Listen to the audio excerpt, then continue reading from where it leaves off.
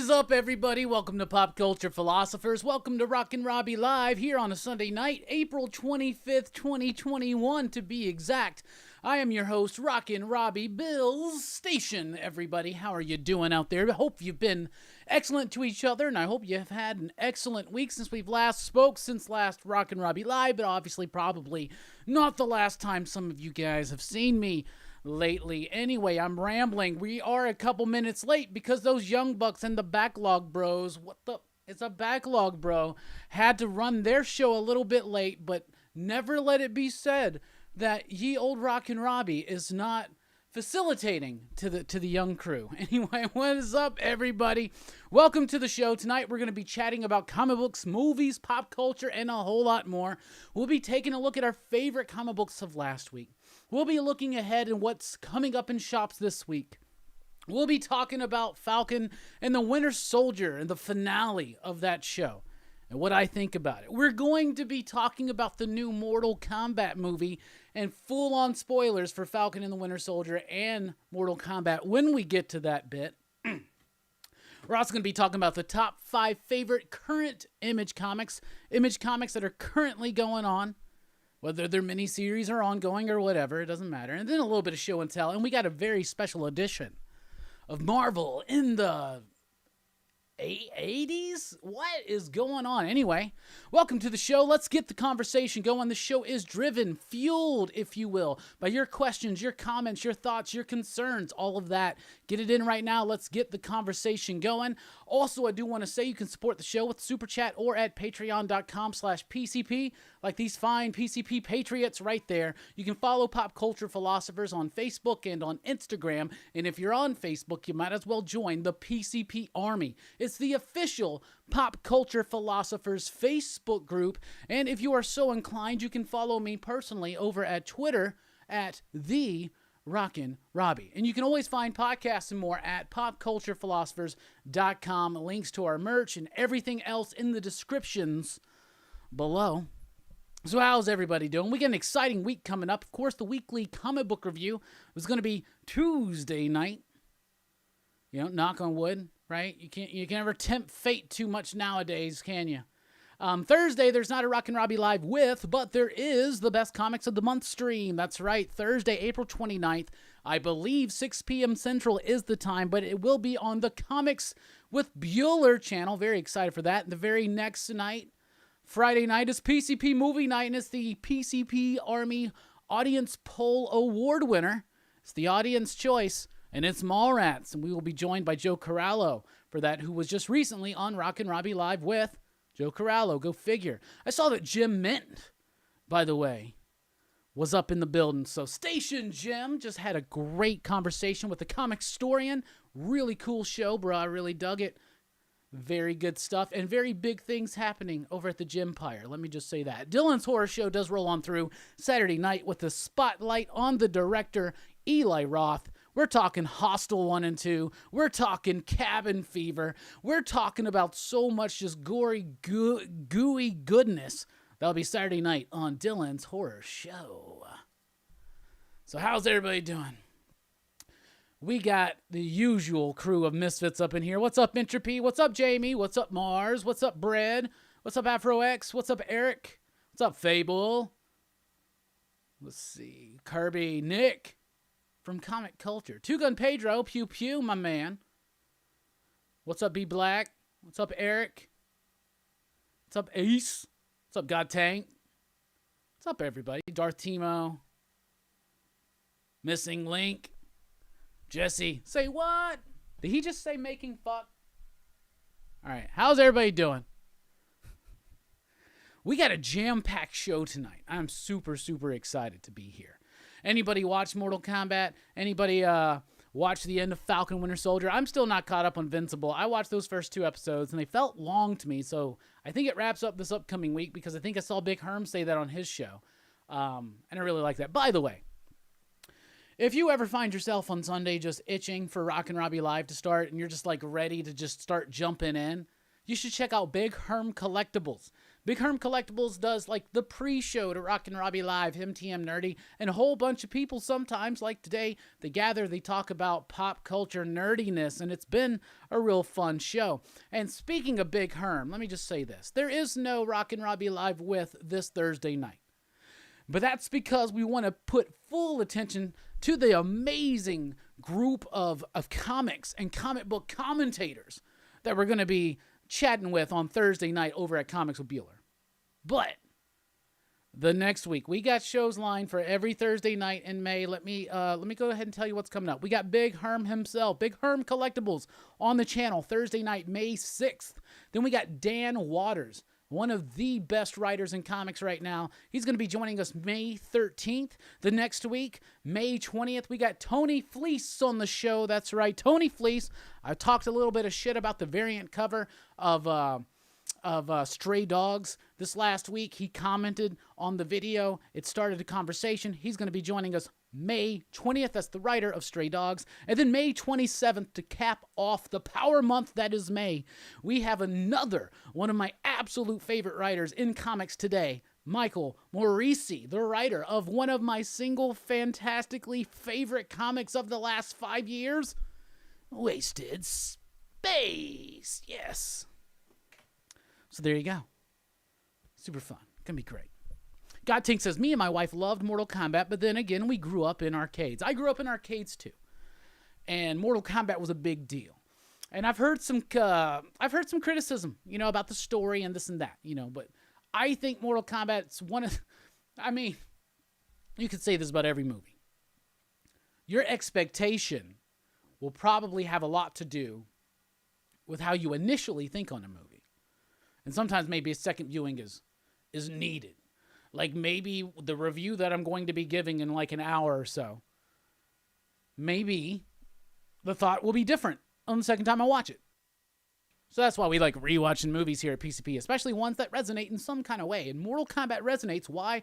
Mostly simply through nostalgia. But yeah, it's because I grew up in the arcades. Whenever there was a Mortal Kombat game, oh my goodness. I remember when I was so happy I could play Mortal Kombat because Mortal Kombat 2 came out and everybody was crowded around that. You remember that? When you would go and like a new game would drop? Whether it was Street Fighter 2 or Mortal Kombat or something. Killer Instinct, Primal Rage, whatever the hot game was. Just be a crowd of people. And somebody just usually dominating for hours. That somebody was never me, by the way. Just so you know. Not in the arcade days. It wasn't until the consoles. In fact, I'm not as good at these fighting games on the arcade on arcades, like more so in the home consoles, like in Super Nintendo. I'm like way more badass than Street Fighter 2. Like I can consistently kick Brooks' ass, I think, on Super Nintendo. In the arcade, it just kind of can kick his ass all the time. I'm just saying that in case he's watching. He's probably not watching. What is up, everybody? By the way, if I miss your comment, just throw it back out. How is everybody doing? We get James in the house. Billy, what's up, bro? Billy, was that you I saw on Big Herm show earlier? Dude, you are looking jacked. You been hitting the deadlifts? Hell yeah, brother. Kung Lao was dope. We'll get into that. God Tank says, I'm a pretty good gamer, but my wife can still kick my ass at Mortal Kombat. That's great. All right, let's get the show started with the first 6, and I've been going through my Marvel Universe Series 2 trading card collections. We started that last week, so with the first 6 and the final 9, we went through 15 cards. Now we're starting with card 16. Let's look for the first 6. Next up, we got Deathlock. Deathlock was still relatively new. I mean, he wasn't new. He wasn't a new character. But to me, he was new. Let's just say that. I messed that up a little bit. Gambit was still relatively new. Here we go. Is this Gambit's first card? Was in the last one? I don't remember. But anyway, there's a Gambit card. And they got the power. Oh, I forgot the did you knows. Did you know? Deathlock. Did you know? Deathlock cannot eat ordinary food. He must consume a special liquid protein formula to survive. Sounds like a sad existence. Here we go with Gambit. Did you know, although Gambit is a thief, he only steals from crooks, gamblers, and other criminals? Really? Really? Then we got the Psylocke card. That was the hot item in 1991. Trust me, Everybody wanted some Psylocke card action. Did you know Psylocke's twin brother, Brian, is better known as Captain Britain, the super strong member of the British superhero group Excalibur? Yes, I did know that. Then we got Vision, and look at Vision on this card. It's White Vision. Straight from WandaVision itself. Did you know? The jewel on the Vision's forehead is a battery, which absorbs the solar energy that powers him. I thought that was an Infinity Stone. Then we got Hawkeye, the grand Marvel Archer himself, looking lean and mean in his purple. Should have been green. That would have been better. Did you know Hawkeye is married to the acrobatic Avenger known as Mockingbird? Not anymore, homie. Not anymore. And to wrap up the first 6, we got Silver Sable. That's the next card. Card 21. And did you know Silver Sable is a citizen of the small country of Skamaria, and her company is Skamaria's chief outside source of revenue? Yes, I rather did. And that was the first 6. Be sure to stay tuned to the end of the show for the final 9. Yeah, Billy hit the deadlifts today. Nice. B Black says, yeah, the MK movie is a popcorn muncher. Yes, it is. I ate it first thing. I ate it. I ate the Mortal Kombat movie first thing. Seriously. I got the digitized form of the streaming service, and I crystallized it into physical form, and I just fucking ate it. No. When I watched it, it was first thing I did today. So pretty much, so my wonderful girlfriend, Jamie, made an omelet with some serrano peppers and some cheese and some nice bacon and some fried potatoes, and it was delicious. It was delicious, and some avocado. So, but it is definitely a good popcorn movie. Probably a better popcorn movie than it is a cheese and serrano omelet. Just so you know. So yeah, how are you doing? How do you guys like your eggs? By the way, Mike has now transitioned from just sending me pictures of his eggs every morning.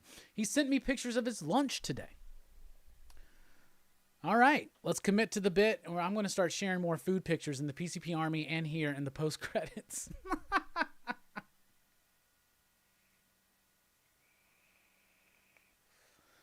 Jorge, what's up? Says, sup, dude? Thanks for your weekly vids. You give some of the best comic reviews. Station, thank you so much. I really do appreciate that. I'm just glad that somebody appreciates them.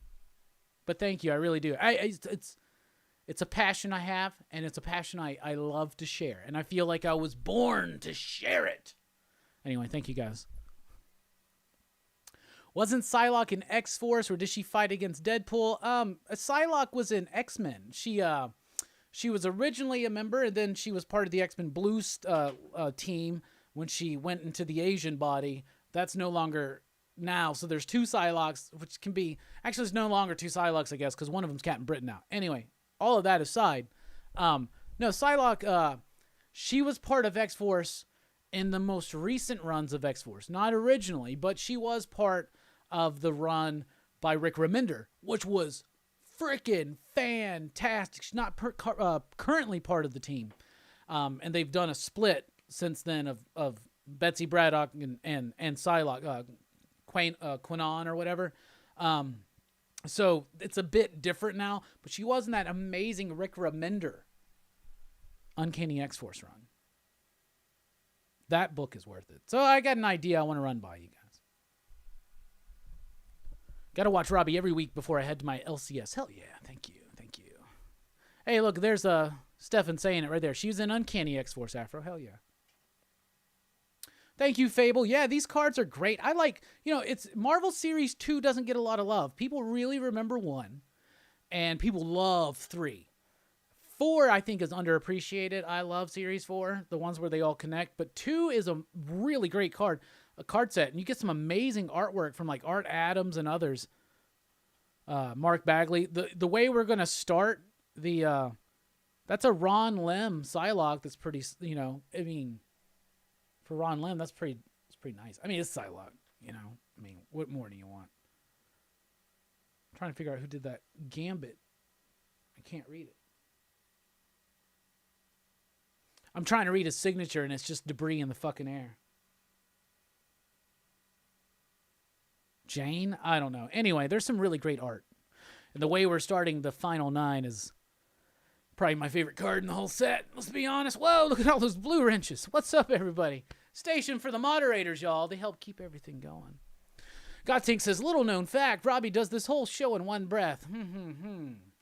That's not true, my friend. That's why I have things like, hey, let's stop for station identification.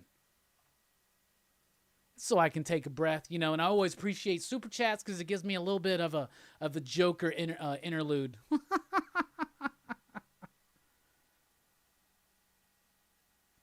Anyway, we call him One Tank Robbie. Yeah, that's how I do most of the videos is in one take. So why not go live? Robbie, my show and tell this week, says AfroX. This week I got Final Fantasy VII Remake Steelbook Edition with the Sephiroth on the cover. Nice!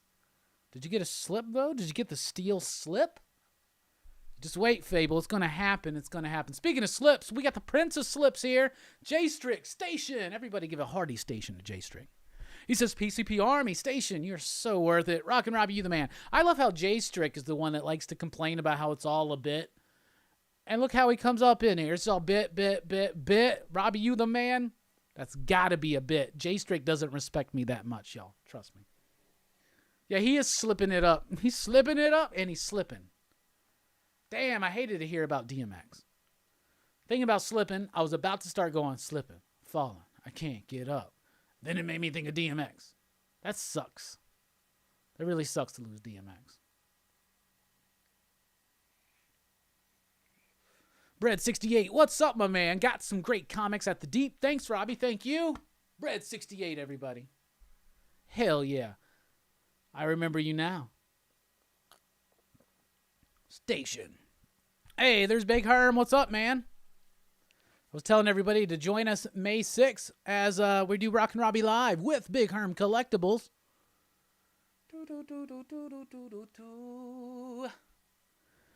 Kirby says, Robbie, you motivated me to finally buy that Arrow release of Mallrats. Yes! That excites me for two reasons. First of all, physical media, Mallrats is great. Arrow does a great job. That's a fantastically well done and well-preserved movie in that format by Arrow. It's fan-freaking-tastic. 3 versions of the film. The original theatrical cut, which is the best.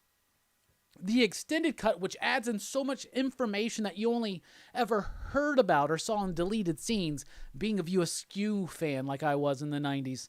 To see that get put together, it's a longer, duller movie, so the cuts made sense, but it also explains a lot more in-jokes, but I still love the theatrical cut. Then it's got the newly recompiled TV cut with the ridiculous overdubbing to make it appropriate for TV, so... And Mallrats, what we're talking about on Friday night for PCP Movie Night. It's going to be me. It's going to be Hammer Time Holshoe. By the way, today is Hammer Time Holshoe's birthday. So everybody give a hearty station to Hammer Time Holshoe. Happy birthday, motherfucker. We love you. Anyway, it's going to be me, Hammer Time Holshoe, Jay Slip. That's right, because he's got the slip. Trust me. Then we're going to have Jelani and Brooks and Joe Corallo. Comic book writer and editor. Eisner nominated. Joe Corallo. Going to be reviewing a movie with us. How cool is that? We thought we hit the peak when we had Bueller do Roadhouse with us. We were like, well, it's never going to get better than this. Anyway, did anybody see Bueller on the horror show last night? Oh my God. That was like the most exciting horror show ever. Because first of all, I just love hanging out with Dylan and I love hanging out with Jay Strick. Man, I love hanging out with Bueller. And I loved hanging out with my three of my best dudes talking about 3 amazing movies. Like 3 different and yet still thematically tied in together because they're 80s horror sci-fi movies kind of with great soundtracks, beautiful women and men. Let's just say that, okay? And they all are Night of the something. So there you go. I just want to comment about this, though. Bueller is the man. But out of everybody that we've had on Dylan's Horror Show, we've had some weird conversations on that show. We have some weird stretches there, okay? We do. We know we do. No one has ever come across more pervy to me than Bueller did last night. Or me showing off the hot tub video. What am I thinking? Why am I letting people know I bought that shit? Anyway. I should have got 2 of them, so then I could have done it in secret and been like, yeah, Dylan, this is your birthday present. Because not only is today John Hammertime Holshoe's birthday, tomorrow is the big dog, that son of a bitch himself, Dylan, from Dylan's Horror Show. It's his birthday tomorrow, so everybody give him a nice station.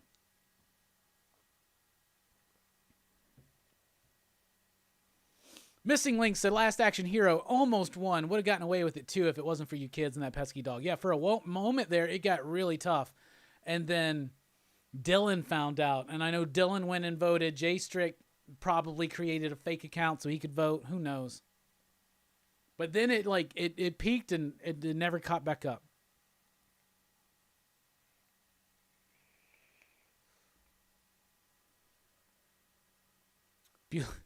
Jay Strick says, Bueller was weird stretching. You got to check on him and let me know if he's okay. I will. When I see him Thursday, I'll check on him.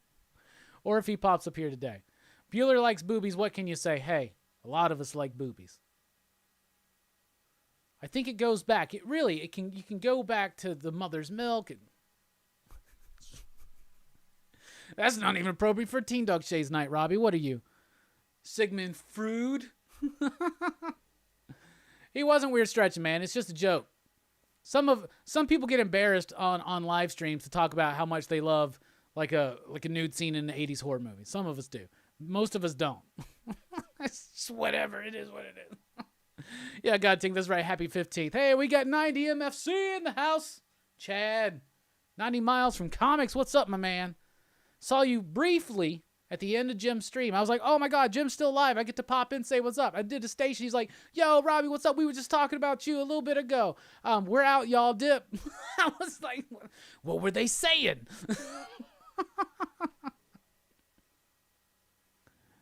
Oh my goodness.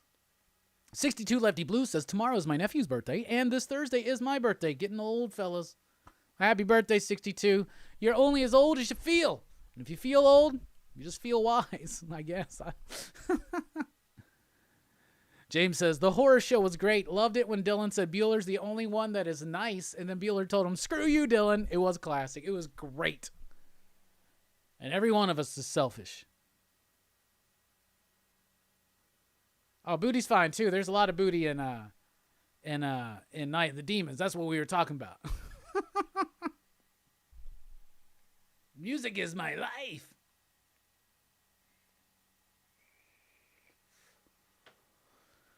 Mother's Milk sounds like an indie title. You just wait, Hamburger Basket. You just wait. Mother's Milk, the Red Hot Chili Peppers album? Maybe it does have something to do with that.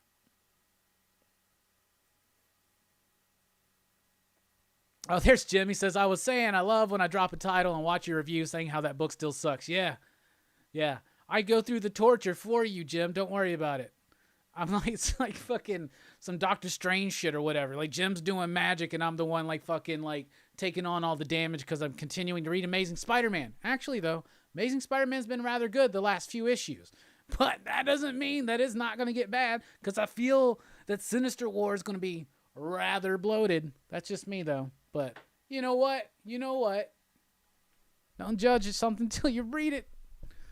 I like it when I quit reading a book and I check you out and you're like, this book's fine. And then at the last issue, you're like, I don't even know why I read this book. I'm like, I told you. Like, the only example I can think of off the top of my head is Yondu. Because I don't know if you liked Iron Fist the way it panned out. But I remember you doing Yondu and I was like, I'm done. You're like, no, it's still fine. And then here at the last issue, you're like, why am I even reading this? Or something like that. Anyway, it's fun. It's so fun. Too many ups and downs with Amazing Spider-Man. Plus, you like the Boomerang roommate stuff. That's what I hated the most. See, that's what's crazy. That's why I love the most. I think it should be the Amazing Boomerang book. I'd probably like it better. It has been a little bit more loose and fun lately, but it's not going to be too long until it gets all weird, stretchy with the kindred stuff again. And I mean, you're right to drop out of it. I'll let you know. When it goes on. I'll let everybody know. By the way, I think the only hope to have Amazing Spider-Man be consistently a great title will be with the new writer. But I don't know. When we were talking to Joe this week, he was like, isn't it sad when everybody's like applauding for a creator to leave a book? And I'm like, yeah, but at the same time, like, when you got a character like Superman or you got a character like Spider-Man and or Batman and a lot of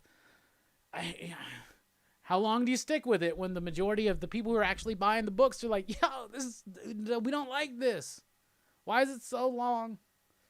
Why, for instance, why does Tom King's Batman get a chance? Why does Nick Spencer's Spider-Man get a chance? Why does Bendis' Superman get a chance to go through all the criticism and other books that are so great get just cut super quick? Why? I guess because those brands sell. Amazing Spider-Man's still a top seller. When Bendis was on Superman, it was a top seller. There you go. That's why Batman's a top seller. So maybe there's some truth to the idea when Rob Liefeld said anybody can, what did he say? Anybody can write a top-selling Batman book. He said that to Scott Snyder. Now, I do believe that Scott Snyder was doing a really decent run of Batman. Really, overly exceptional. Let's just say that.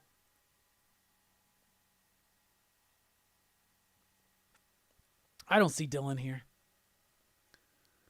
You weird stretching on me. Yeah, that bit ain't gonna work on me. Yeah, station. What a party. What's up, Brother Joe? How you doing? Welcome to Rockin Robbie Live. Jamie. All right. Let's talk about some comics. In fact, let's talk about our favorite comic books from last week. Okay? Let's talk about our favorite comic books from last week.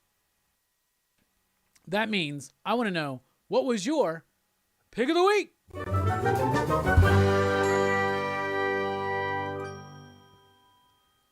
Because my pick of the week was The Many Deaths of Layla, star number 1. First of all, cover of the week, right? David Mack, beautiful, beautiful painted cover of Death, the Hindu god of death, Layla star, in a way, and a foil cover to boot, right? Fantastic debut issue from Boom Studios. This is a 5-issue miniseries. It's got amazing artwork by Felipe Andrade. Love this book. So first of all, really dig the art. Now, I saw some people say they really liked the story, but the art wasn't there fair. I get that. That's fine. This tells the story exceptionally well, and it provides a certain whimsical tone. There are very interesting perspectives and angles that are used in this book. Really interesting interpretations of the Hindu pantheon in this book, almost as if they're like a corporate entity, right? And Death basically gets laid off. So there's this prophecy that this kid's going to be born on the 12th day of the 12th month in the year blah, blah, blah, right? And when this child's born, he's going to bring eternal life to all. He's going to end death. So Death gets laid off. And there's a real funny bit where she's like, Death, I'm a constant. I'm a force. What about me? And they're like, no, these things happen. And she's like, no, what are you talking about? I'm sure Taxes still has her corner office. Meanwhile, on Earth, there's this young woman who commits suicide, falls off a building. Was she pushed? Did she commit suicide? I think it's a little bit ambiguous there, but not too much. And Death winds up being reincarnated into this woman's body so that she can live out a mortal life. Because, the Pantheon's not terrible. The corporation's not going to fire you without a severance package. So they put her in a mortal body. And by the way, she dies. But then she gets resurrected again by a twisty character at the end, which I thought was really supremely awesome. And now she's got a purpose. We get introduced to the character. We get introduced to the concept so expertly well by Ram V, the writer. Ram V's one of the best writers in bookshores right now. He's on the shores of Bookington. Ram V is there, and he's at the head of the charge. But it's got a great ending. Does a great job of introducing that concept and the characters and then hooking you in with the gist of her journey, which is going to be to kill this damn kid that's going to bring about the end of Death, right? I loved this book. I thought it was exceptionally worth it. Super cool. Now I want to know, PCP Army chat, I want to know, what did you think about this book if you read it? And what was your pick of the week?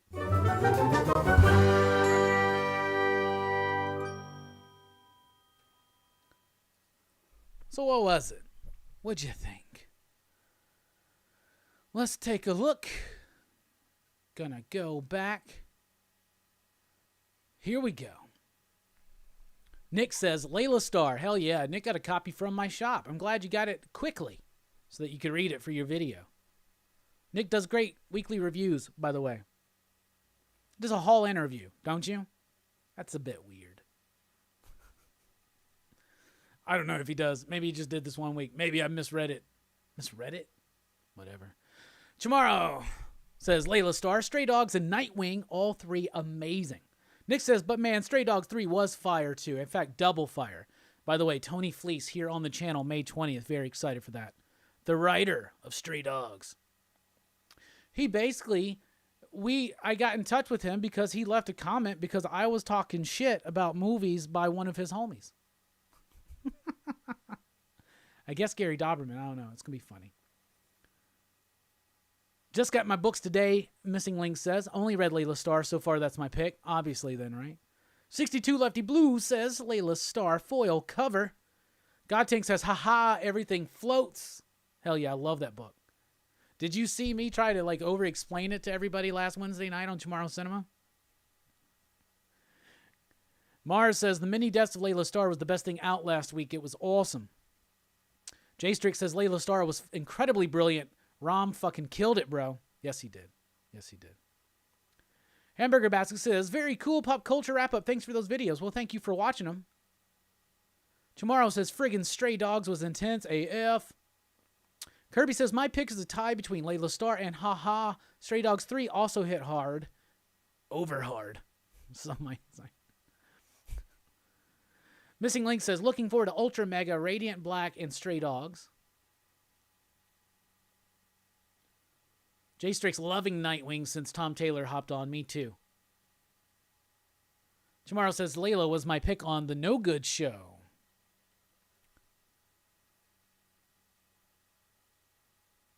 Eric says, Layla Star was pick of the week, but this was such a strong week.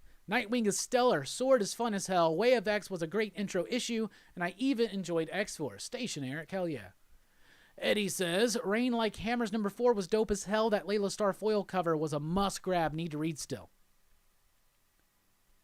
Tomorrow Cinema says, I think as the deaths happen and the baby ages, she will learn to love it, give up trying to kill it, thus retire, ending death. Maybe. But let me tell you something, bruh.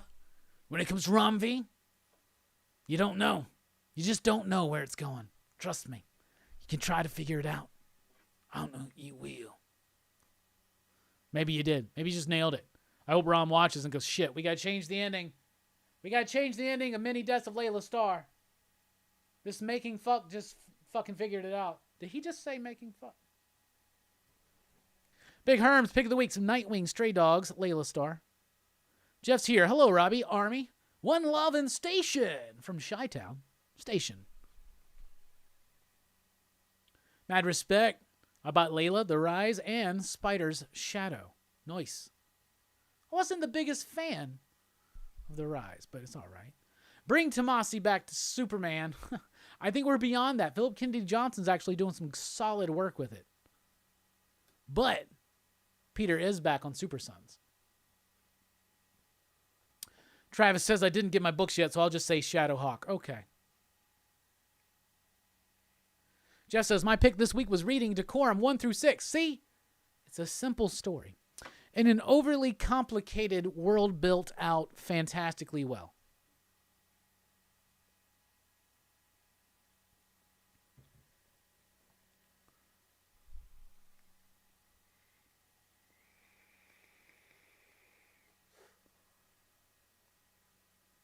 J Strick says, Big Herm, we got to do a celebration stream if the Knicks actually make the playoffs. If they make the playoffs? If they make the playoffs? You're going to celebrate if they make the playoffs? Bruh.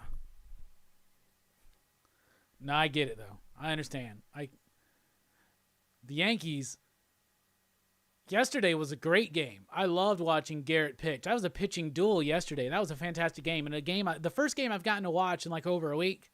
And I was so happy that that was the game until the stream started, so I didn't get to see the end of it. But I did get to see the home run by Hicks and I can't remember the other dude's name. He's got a weird name, Odor. It's not, and that's Odor, right? But it's Odor, like. But I I didn't get to watch today's game, and I went to watch it when I was reading my DC books, and I was like, oh, man, like, it's already over. Let me just look at the last inning, and I was like, okay, never mind. We good.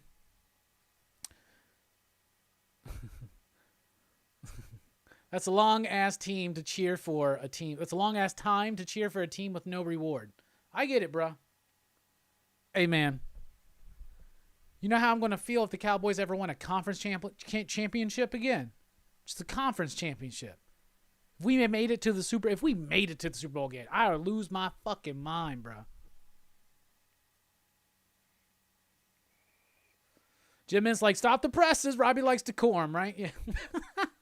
I already told everybody. I was like, you know, when the last issue comes out, it's probably going to be the pick of the week.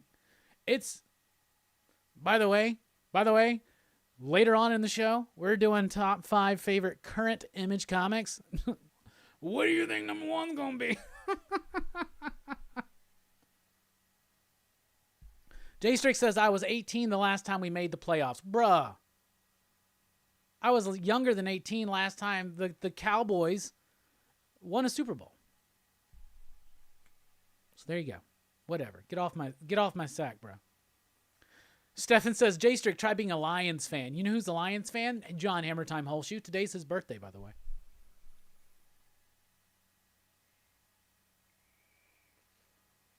If you review the entire storyline of Decorum, would it be rated ticking clock or making fuck? I don't know, Eric, because once I read that final issue, then I will be able to figure that out. Resonant was really good last week. David's doing a great job with that, and Skylar's work is getting really good. Brian has suggested we try to bring Skylar onto the show sometime. Nick says, try being a Bills fan. You know who's a Bills fan? Robbie from Earth 2, Mr. Robbie Bateman. He's not here right now, I don't think, but he does watch these occasionally on the replay, and I just want to say, station to my Bills fans, I remember y'all.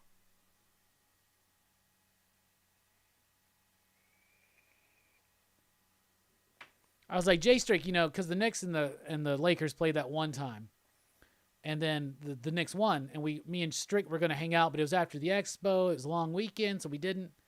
And I'm like, they're playing again. He's like, bro, that's at 9 p.m. Plus, I think it's on a Tuesday. It just ain't going to work. Just ain't going to work. Travis, for some reason, was like, go Chiefs, and then deleted it. I don't know why.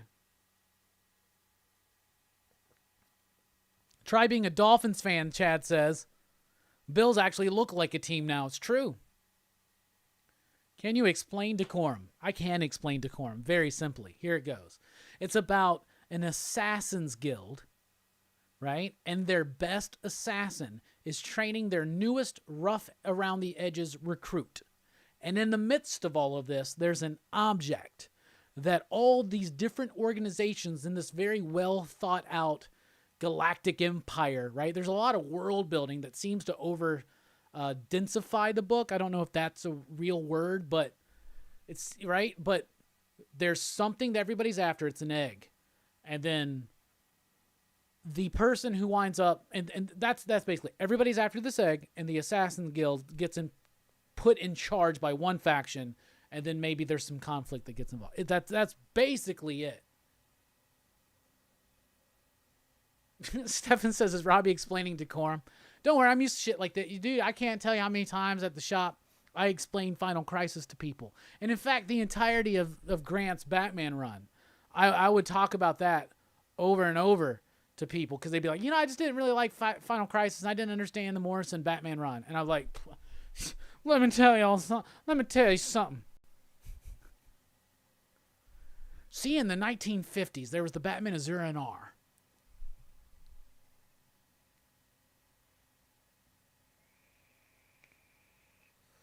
And Eric says, when the egg cracks, it'll hatch a doomsday clock. There you go. That's the other thing. So somebody wants, it's whatever kind of, what do they call that? Is that a McGuffin or whatever? Like just some kind of object that everybody's after in a story. And if the wrong people get it, bad things will happen. But if the right people got it, good things could possibly happen. Something like that. Who knows?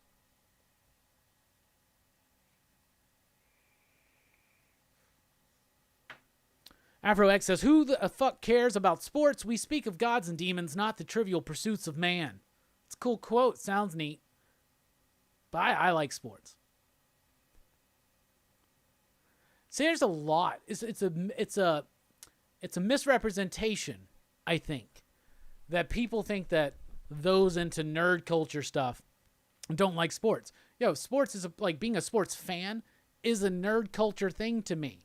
It's pop culture. It's being obsessed with a brand. It's being obsessed with a team, with players. Like there's no difference for me like getting super excited to read the new batch of DC Comics or the new issue of Decorum than it is to watch a Lakers game or a Yankees game or a Cowboys game or a Tigers game. Well, maybe lately it's been rough to watch some of those games.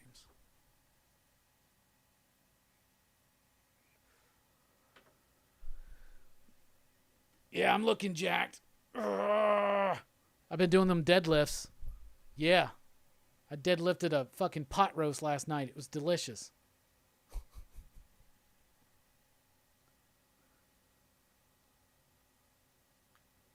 Hitchcock named it. What's the name represent? Anybody know? Somebody help me out. What does McGuffin represent? Like, what is that? Where did that term come from? Hitchcock named it. So what is it? Is it like a reference to, I don't know. It's like a Maltese Falcon type thing, right?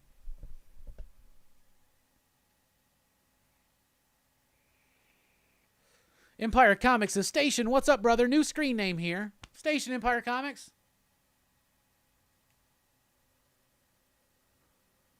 Jay Strake's got to go check on his stew. All right, brah. You know, there's nothing wrong. Just two adults getting a stew on. You know, just getting a stew on. I don't know what that is, but it sounds disgusting. McGuffin is greater than a McMuffin. I agree with that, actually. Yeah, that's the definition, 62, but where does it come from? Like, why McGuffin? Why is that what it's called? What does that represent? Like, what's that? Like, is that like the name of a writer who always used them or something? But yeah, it says, in fiction, a McGuffin is an object, device, or an event that is necessary to the plot and the motivation of the characters, but insignificant, unimportant, or irrelevant in itself. Interesting. Nice. Garrison's in the house. He says, still stuck on boobies. Interesting. We talking about that mother's milk again?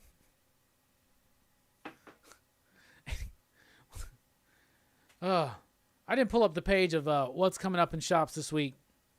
So let me get that ready because we're about to take a look ahead.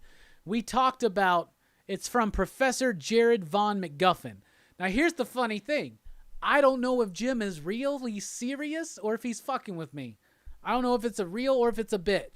Story of my life. Try working a shift with Jay Strick.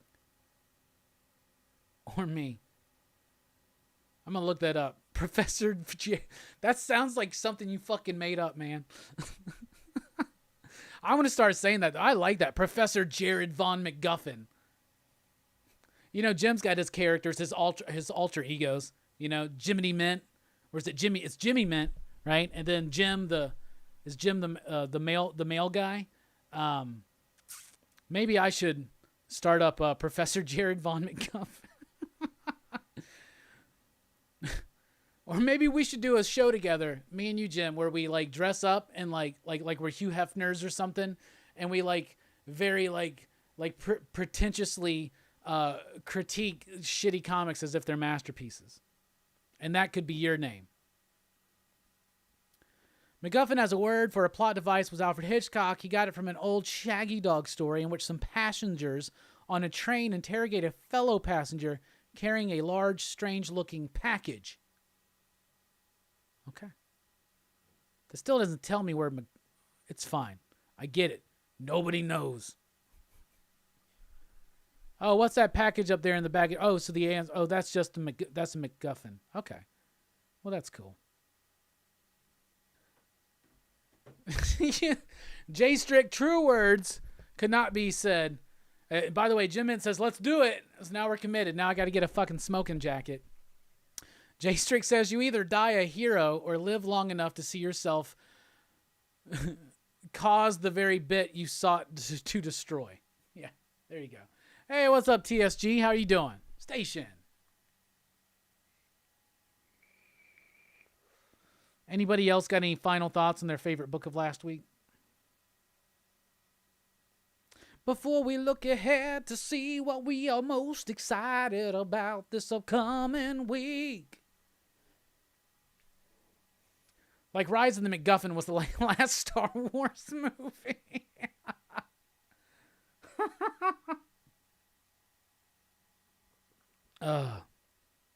Star Wars. You guys and your Star Wars. Jeff says definitely Nightwing. Nightwing is the start of what could be a very classic run. It depends on how long they get to do what they're doing.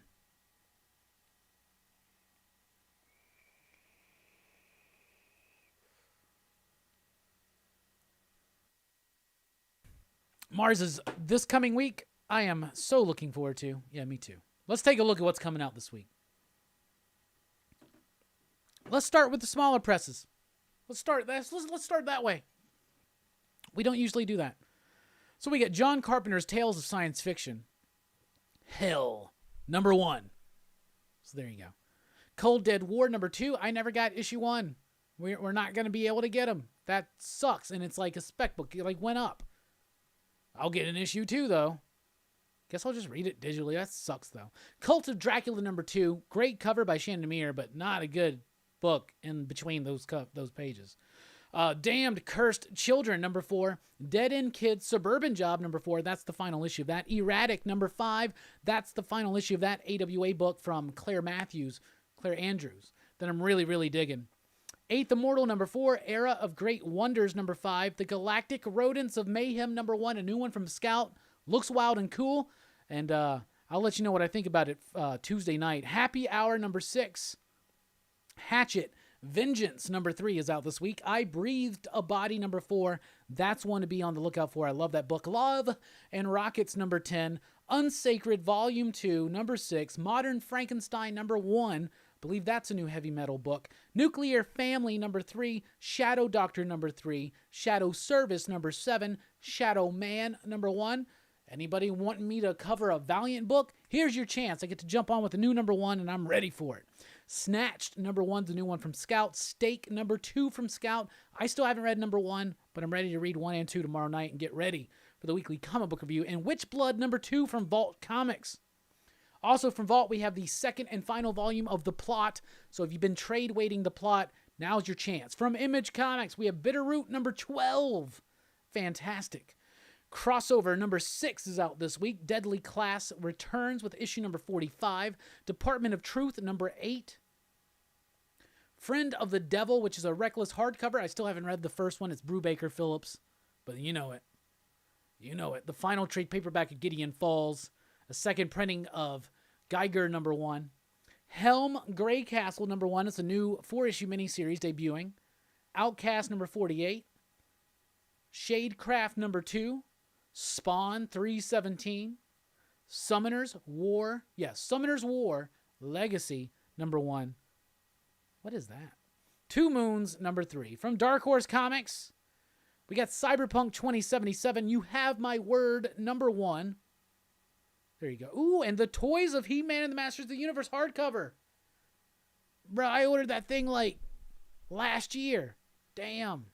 I got to trade some stuff in. From IDW, we have G.I. Joe, Real American Hero 280, My Little Pony Transformers Volume 2, #1. Come on, y'all. And Usagi Yojimbo Wanderer's Road #6. That's the final issue. For Marvel, we have Beta Ray Bill #2. Black Widow returns with issue #6. We got Cable #10. Fantastic Four #31.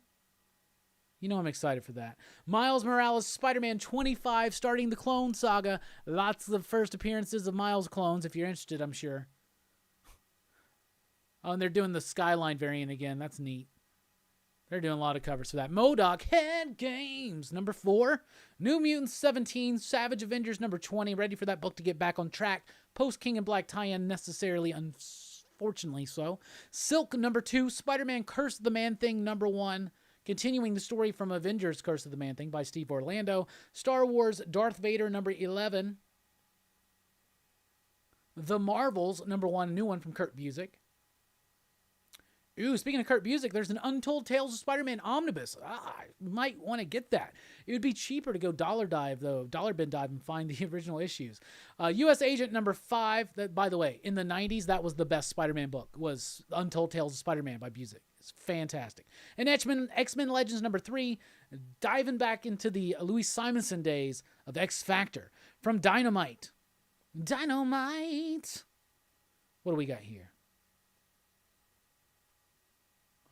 Don't know if there's anything. Oh, Vampirilla versus Purgatory number 2 is out this week.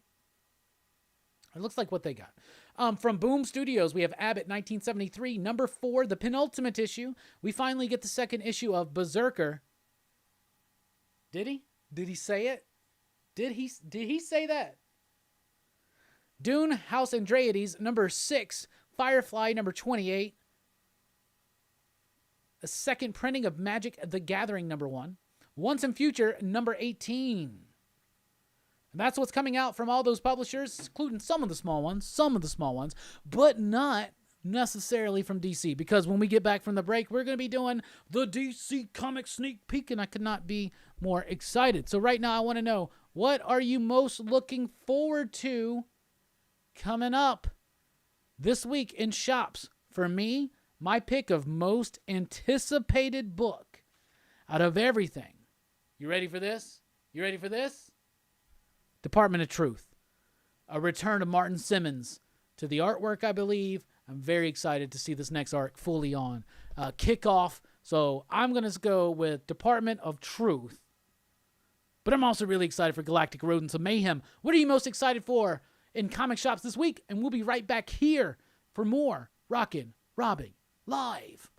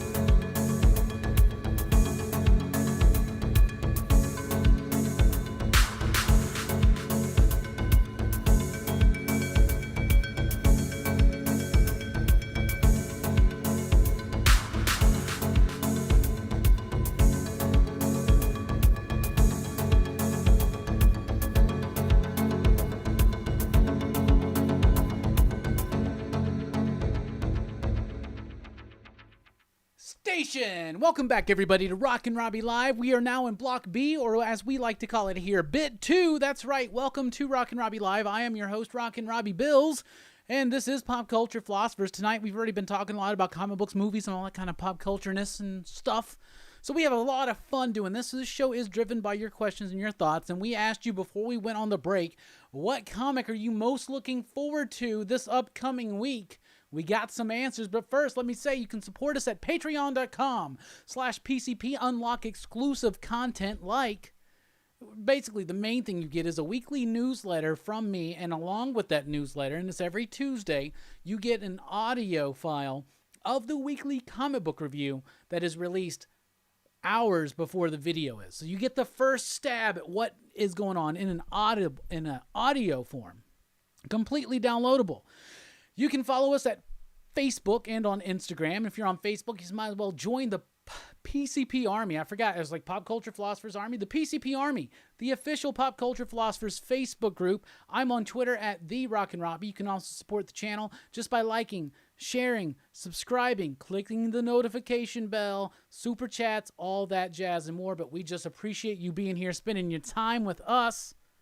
It makes us feel good. So, coming up this week, there is no Rockin Robbie Live with on Thursday, but it's because we got the monthly show. That's right. It's going to be on Comics with Bueller. I believe the time is 6 p.m. Central. If that changes, I will let you know, but it's going to be Thursday, April 29th on the Comics with Bueller channel. Then Friday night, PCP Movie Night. We're talking about Mallrats. It was the winner of the last PCP Army Audience Choice poll. So there you go. And then Saturday night, Dylan's Horror Show. We're going to be talking about what else? The career of Eli Roth. So that's going to be an exciting time. So we asked you, what comic are you most looking forward to this week? Let me check out some of the responses. Circumstances says Shadow Doctor number 3 and Shadecraft number 2. Fable says Shadecraft number 2. TM Nerdy says Shadecraft number 2 and Robin number 1. TSG says Shadecraft 2 and Beta Ray Build number 2. A lot of people looking forward to Shadecraft. Interesting. Nice. Circumstances says, I've got Robin number 1 on my maybe list. Nova69 says, Spawn 317 and Department of Truth, hell yeah. Travis says, I'm interested in the story, plus I'm all for this new villain they are creating for Damian. Eric says, Robin, Department of Truth, and Reckless. Logan, what's up, Logan? Logan does amazing artwork. Department of Truth number 8, Berserker number 10, and Shadecraft number 2. 62 says 25th number 1. Did Radio Apocalypse get bumped? Wasn't that Bueller's cover at first? Yeah, it did get bumped. It's October now. I know, that sucks. We're supposed to get it this month. Mars says Shadow Man, Once and Future, Robin, and Savage Avengers. Chamorro says Department of Truth, Nuclear Family. Tiff is excited for Department of Truth. And Carrie, My Little Pony, Transformers, too. Me too. I'm looking forward to that. Mad Respect says the plot trade paperback Department of Truth, Batman Black and White, and the Geiger second printing and missed the first. Big Herm's excited for Black Widow 6, Detective 1035, and My Little Pony Transformers.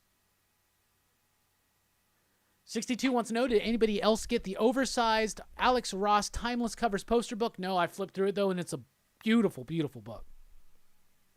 And you got the fold out of the gatefold. And they're the full images, not the cropped ones that they did for the covers.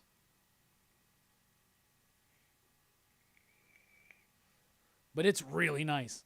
And it's got a fold out gatefold of the whole collage altogether, including Punisher.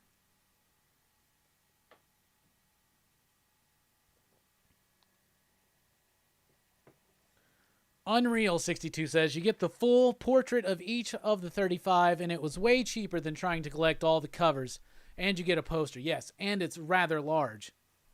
They also released the portfolio of his Incredible Hulk covers. Really nice stuff.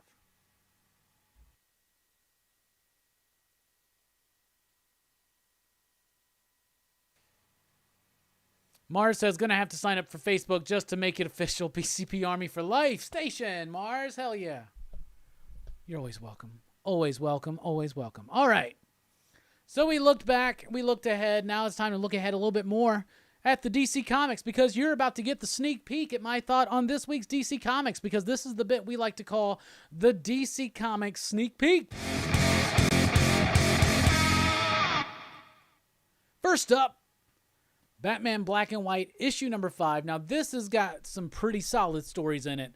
The last issue was a little disappointing for me, and I've really loved some of these. The idea of Batman Black and White, it's an anthology title. It's all in black and white, and you're going to get some of the top-tier creators doing some pretty top-tier work, and you're also going to get some average, mediocre type stuff in between. This is a pretty solid issue. I would say that 75 to 85% of this was really, really solid. First of all, you got an amazing cover by Lee Weeks. Let's talk about that, okay? That's great. You also get a story by Lee Weeks, which is really cool. It's Gordon-centric, but the artwork's there. Lee Weeks is a top-level storyteller. That's fantastic. You get a story by Jorge Jimenez. That's what kicks this off. A black and white Jorge Jimenez Batman and Son story, basically. It's Damian and Batman, and it is such a nice, fun little simple story. It's kind of like just a setup and a punchline, but it works, and it works so freaking well. Mariko Tamaki and Emanuela Lupicino do a story in here focusing on Gilda Dent that didn't make sense to me, so I didn't really dig on that. Then Karen Gillan and Jamie McKelvey do a story called The Riddle, and it is a choose-your-own adventure. So each comic book panel is numbered, and you go through and you make the choice of what Batman should do. And I tried to go through it a few times, and I kept killing Batman. So then I just read it all. It was really clever. Then there's The Man Who Flies. That's by Jamal Campbell. And that was a really solid Nightwing story. Mostly the artwork is good. Other than that, it's just kind of like a sentimental retread of his history. But that was cool. But you also get pinups by James Stokoe, which is amazing, and Amy Reeder. So Batman Black and White number 5 was more solid. Like, in fact, the only story I really didn't like was that Tamaki story. It didn't make much sense to me. But aside from that, everything else was really clever and pretty solid. Then we got Ruby Justice League number 1. Now, Ruby is manga and an anime. I don't know, but I haven't read it. Okay? Or I've never watched it. Okay? So I read this. What is this? I have no idea. I have no idea what's going on in this book. But I will tell you this. This is not the DC Comics Justice League crossing over with the world of Ruby. It is the DC Comics characters interpreted as being existing characters in the Ruby universe. Maybe there's some kind of twisty thing or whatever, but like it's a different version of Clark Kent. It's a different version of Diana. You can see it on the cover right there. The art's pretty cool. I was lost. I was confused. I just didn't know what the hell was going on, but it was nice looking. I'll say that. So if you're a Ruby fan, this might be something you're into, especially if you're a DC fan. Teen Titans Academy number 2. I hated this book. I thought it was so stupid. I do not like this book. Like, everything I love about the character of Dick Grayson is gone in the pages of Teen Titans Academy. Like, it's like, this doesn't match up the Tom Taylor one. They even mentioned some things, right? It just doesn't match up, and that's okay. It's fine, whatever. This whole Mystery of the Red X thing, I just don't have a connection to that, right? I know a lot of people do because of the animated series or whatnot, right? That's what they're basing this on. So I don't have that connection, so it doesn't feel like that. I don't feel the gravity of that, I should say. That being said, this book is doing the same thing that right now Strange Academy is trying to do and actually excelling at. And this just isn't. And it's just boring, and I'm not finding myself caring. I find it to be rather dull. But that's just me. So there you go. Batman Superman. This is issue number 17. This is the second issue post Death Metal. This is by Jean Lune Yang and Ivan Reis on the artwork. Artwork is amazing in this book, but it's going to be focusing on Batman and Superman from different universes in the Omniverse, the DC Omniverse and Hypertime, whatever, right? Things like that. So they're dealing with these two alternate takes of Superman and Batman, from two completely different realities being kind of meshed together. And it's actually a really fun, thrilling story. It's adventurous. It feels very old school. It's nothing that's going to change your life, but the art's super solid. It's got some really nice composition, and the way they tell the story through like film reels, right? You know, it's pretty dope. So I like this book. I thought it was super cool. Like I said, it's not going to change your life, but it's a really cool, fun, old schooly DC adventure through the Omniverse. So there you go. Harley Quinn number 2 wasn't as exciting to me as issue number 1, but I still did enjoy it. I felt like I lost a little bit of love for the Harley character. Not, I didn't lose love for Harley. I'm gaining love for Harley Quinn of late. In the last like year or two, I just can't help it. Between the Sean Murphy stuff in the White Knight verse, and between the Joker Harley Criminal Sanity book, and between what's been going on in the Tynan Jimenez Batman book, and Stephanie Phillips on this. A nice, light, easy breezy script with a little bit of meat to it. Now it focuses on her new henchman. He's a former Joker henchman trying to reform as well. So there's a nice connection there. I did like it. It just didn't have the initial punch as issue number 1, but it was still a rather solid read that I'm still very intrigued. Now I know a lot of people are not going to be super cuckoo for Cocoa Puffs about Riley Rossimo's artwork, but I love it, and I don't know if it's the appropriate thing for a Harley story, because I feel like it does a good job for this story, but I don't think that many people reading a Harley book are going to anticipate his art style. That being said, I do like the style. I think it fits for the story. Harley Quinn was pretty solid. It was average. It was average, but that's pretty good for me as far as Harley goes. Then we got Detective Comics 1035. Pretty solid issue. Mariko Tamaki's script doesn't get too heavy. It's introducing some new characters into the history and legacy of Gotham. It's building up this detective mystery, and that's cool. It's Detective Comics, and it doesn't always have to be a detective story, I feel, but it's sometimes nice when that is the focus, and you get the more superhero-y Batman stuff. Over in Batman, you get the more grounded, gritty, raw, detective-natured stories. In Detective Comics, this one got a little noirish. Dan Mora's artwork is top-notch. It's fire. Jordi Belaire's coloring is exceptionally well done for it. And the Tamaki script does a great job of continuing the story, introducing these characters. They're focusing on the mayor. They're focusing more on the politics in Gotham. And I don't mean that in like that this book is political. I'm just saying it's talking about the politicians in Gotham. And there's about grisly murder. So it's got a nice like crime fiction vibe to it that I'm really, really digging. And Dan Mora could do a very boisterous superhero Batman, and he does when it's necessary, but he still does the grounded film noir aspects as well. Then we got Robin #1. It's the start of the new Robin book, focusing on Damian Wayne. He has left the Bat family. He has left the League of Shadows and Assassins, but he's found out about a third league, the League of Lazarus. What's going on there? Well, it turns out that every 100 years they have this thing that's very similar to Mortal Kombat. So perfect timing, DC. That's the gist of this story. Robin is off on his own. He's like, you know what? Screw everybody else. Screw the Titans. Screw Batman. Screw Dick and the rest. We're going to go, and I'm going to go and participate in this Mortal Kombat Bloodsport Kumite type thing. Okay? That's what it is. And other familiar faces are there, and some new faces as well. I liked the book. I liked the artwork. I thought it was cool. It's got a very much a manga feel to it, but I thought it was nice, and it kind of drove the book forward. It wasn't the cleanest line work, but it had enough edge and grit to it that just kind of made it work for me. So I really liked the artwork. I thought the personification of Damian was decent. It's a little bit more that two-dimensional Damian that we know from a lot of other writers, aside from Grant, aside from Peter. But Robin #1 was a really solid first issue, but don't be surprised. It's basically Damian Wayne in Mortal Kombat. That's what this is.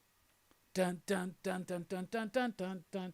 And then we've got Action Comics 1030. And I say this for last because this is my favorite DC book of the week. This was awesome. This was my favorite DC comic, Superman comic book in years. This was freaking awesome.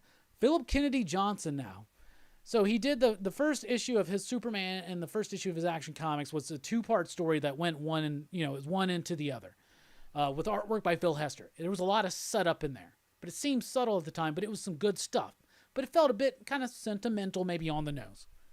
Then his last issue of Superman was dope. And now we know that they're building up to this idea of the splitting. Superman's going to be going off into space or something in Action Comics. And Superman's ending, and Jonathan's getting his own book, Superman, Son of Kal-El. He's now the Superman of Earth. And that book's going to be done by Tom Taylor and John Tim. So, okay, I'm cool. I'm cool with that because this is continuing.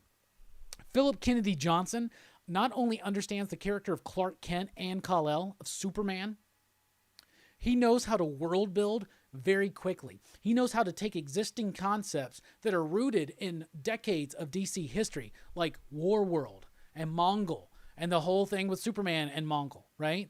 He's able to really tie in what's come before and do something new and different and exciting. And I loved it. The artwork in this issue is by, Sampere? Samperi?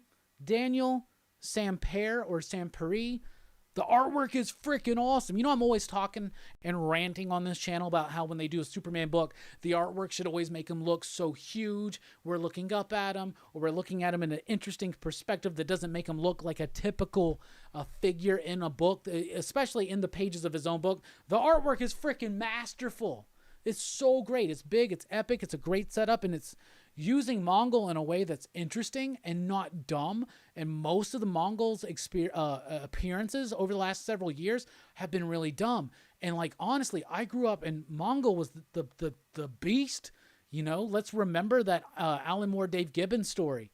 You know, let's remember that, right? That burn issue. Like, come on, right? Let's remember Mongol destroying Coast City during the return of Superman. Like, Mongol is an epic-ass thing, but ever since he was very cleverly introduced, I think, in the Green Lantern series as part of the Sinestro Corps by Jeff Johns, I thought that was great, but ever since then, like, people just kind of goof up Mongol. This put the threat back into it. It put the epicness back into a Superman story. It felt science fiction. It felt sentimental in all the right ways, resonating. A book about a father feeling age coming on, not age coming on him, but feeling his son growing up. Like, okay, we got to get used to the fact John is aged up now, okay? Get used to the fact. And what does Philip Kennedy Johnson do? He tells a very touching and resonating story about that in the midst of a very epic and well thought out science fiction superhero book. I love that. That was my best DC read of the week. Coming up, these books release on Tuesday at your local comic shops. Check them out, and I want to know what you're excited for and what you think. That was your DC Sneak Peek.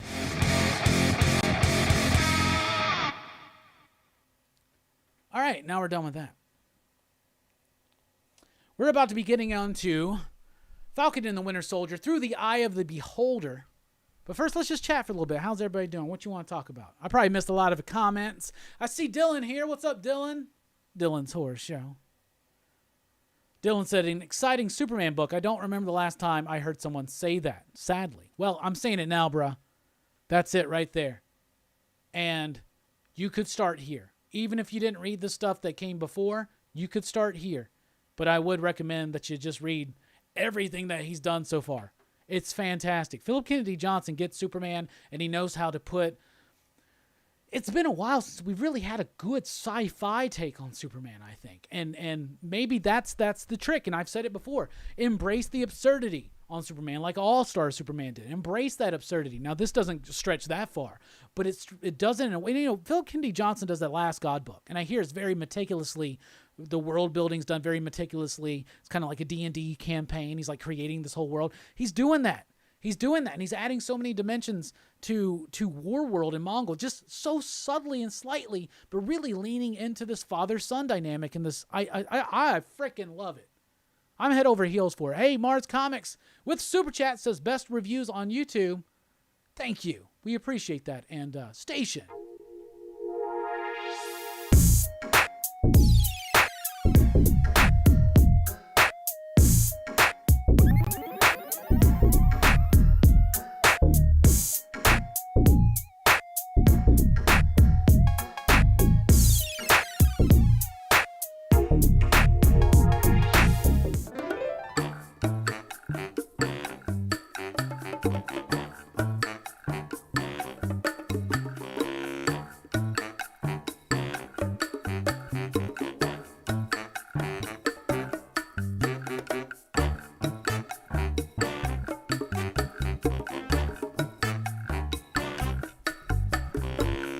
This is for you, Dylan.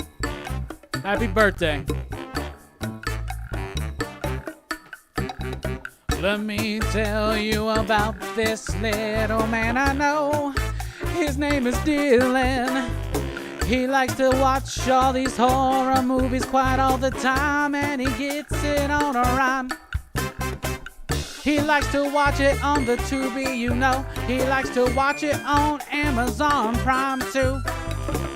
But he doesn't understand why nobody else likes Blu-rays like he do. So he collects physical media, and he takes it one slip at a time. Now he calls himself the Slip Master. Scream Factory paid their light bill 1 month just because of Dylan is his name. Whoa!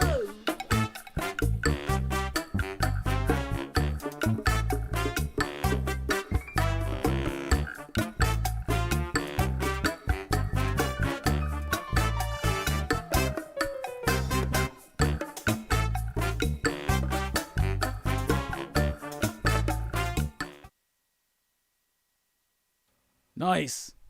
Happy birthday, Dylan. It's also John Hammertime Holshoe's birthday. So if we get another super chat, maybe I'll sing something for John. I haven't seen him here. Hopefully he's, I don't know. Hopefully he's listening to Scandal or something. Hanging out with Weezer. Dylan says, J Strick wishes he could freestyle like Robbie. Thank you, my man. Hey, SoFlo Jim's in the house. What's up, my man? Hey, Dylan told us yesterday we were opening up a shop. I was like, news to me. Let's do it. New intro for your show, Dylan. Yeah, man. I can cut it out for you if you want it. Stefan says Robbie doesn't give us what we want. He gives us what we need. Thank you. Thank you. Two Fat Guys was in the building. Hell yeah. Awesome. What's up, Two Fat Guys? Yeah, there's a lot of people up in there. Just trying to go back a little bit on comments, see what's up. Tomorrow says, I love the Batman Black and White series so far. I'm also liking Red and Blue and the Jason Todd and Grifter stories and Urban Legends. All in all, I like these DC anthologies. The anthology can work in such a masterful way. If you like anthology, check out Dead Beats. Bruh, you know Joe Corallo. We've had him on the show 3 times. The 4th is coming up this week. Joe is an editor of Dead Beats. They're all horror stories that are themed around music. They're all so freaking good. Get that book. Get that book. Because you're worth it. You're worth it, Manny. You're worth it. You're all worth it. You're all worth it. We are all worth it. You're worth it. So station. Be excellent to each other. By the way, Travis did a video explaining station. So that was awesome. Thank you. So now anytime someone asks us what station is, we can just link that video. How cool is that?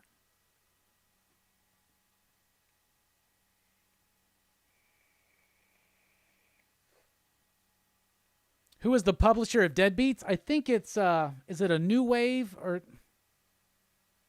I'm looking back because I used to have all my trades there, but it's on the bookcase now. I'm going to write Get Deadbeats in big letters. But I'm not going to remember that. So there you go. I'll check out the PKJ Superman trades later on then for sure. What do you think about Tom Taylor taking over the John Superman title? I'm excited for it. I think Tom Taylor's a really good writer. And he handled Jonathan as Superman so well in the last Deceased. Now, I saw some people kind of upset about this. Don't be upset. There's still the Kal-El book. And it's in good hands by Philip Kennedy Johnson. And I saw someone ask if that was the cat that did that last Black Label Wonder Woman book. No, that's Daniel Warren Johnson. He's doing Beta Ray Bill right now, 2nd issue out this week. But Tom Taylor did such a great job with Jonathan Kent in the pages of Deceased. I think that Jonathan Kent is in capable hands. And I'm willing to, I hate the aged up teen thing nowadays. But let's be honest, when we were kids, we loved it because we loved Cable. It's just a Cable type thing, but way different. It'd be way different if Jonathan came back as an old man, all gruffy with shoulder pads and guns and shit and a glowing eye. That would be different. I get it. But they did this shit in Fantastic Four in the 90s, the Paul Ryan, Tom DeFalco run. They did it in issue 375 at the end, actually. Franklin Richards gets abducted by his grandfather, Nathaniel, who was so nefarious in those days. Hickman later painted him as more of a positive figure in the S.H.I.E.L.D. series, which is interesting, but, there's many different versions throughout the timelines, right? So Nathaniel Richards comes and steals away Franklin and takes him into this horrible future and raises him, and then brings him back as a teenager, and he was Psylord. Psylord. PSI-Lord. Psylord. You know what? Let's be honest. Marvel's not going to give me a 5-year run on Blade without proving myself first. I need to figure out how to prove myself. I think I just did. A 5-issue Psylord book, yo. How about a story from when he was in the future as Psylord? Let's do that. An alternate future DC. An alternate future Marvel with Franklin Richards as Psylord. It's already starting. It's already starting. The ideas.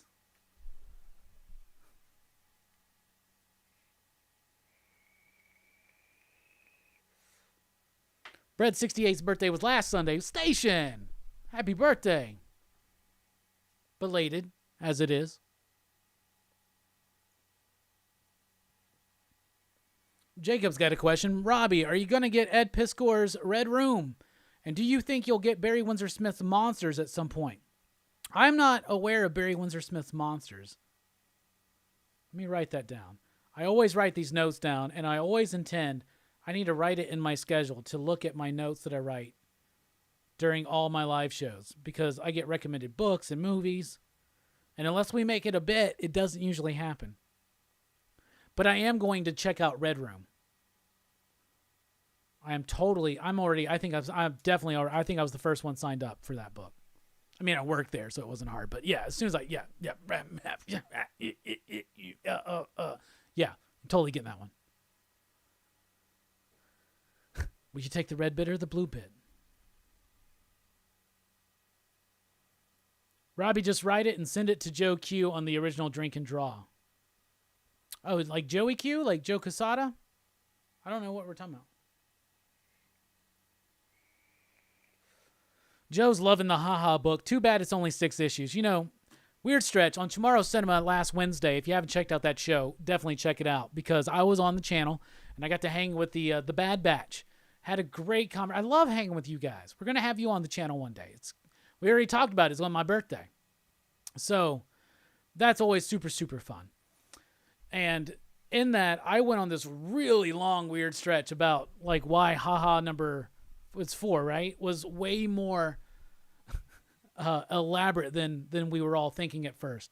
And Chamorro said he goes, you know, damn it, Robbie was right. I reread it, let it sink in. So there you go. Big Herm, I love you. I wanted to hop on today so bad, but I was in the middle of a lot of other things.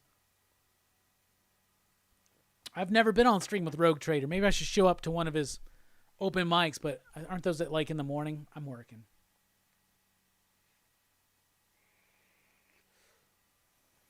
Brett says, thanks, no song. Yeah, don't worry. I won't.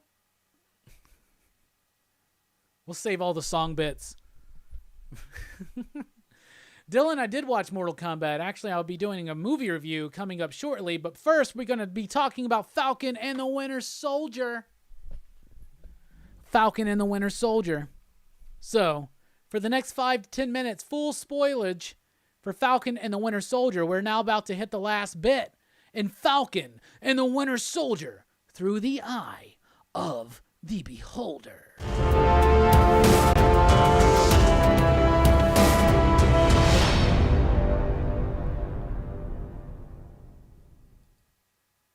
Yo, I love this damn show. This show was awesome.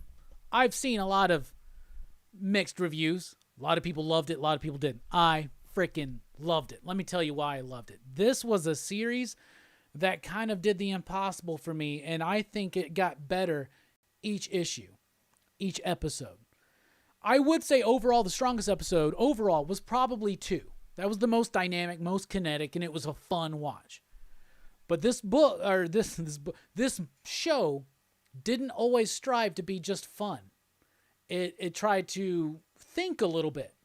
And ultimately, I think the show is about the legacy of Captain America. It's the legacy of America to the black community. It's about the legacy of America to its heroes. It's about the legacy of America to its government. It's about the legacy of America to its soldiers. It's rather profound. I said that episode 5, the penultimate episode, had one of the most resonating and true scenes I've ever seen in anything from the Marvel Cinematic Universe. It was the conversation with Sam and Isaiah. And I loved how they made the conversation so multifaceted. They could have gone straight and looked at Isaiah's point of view, which was very bitter, and understandably so.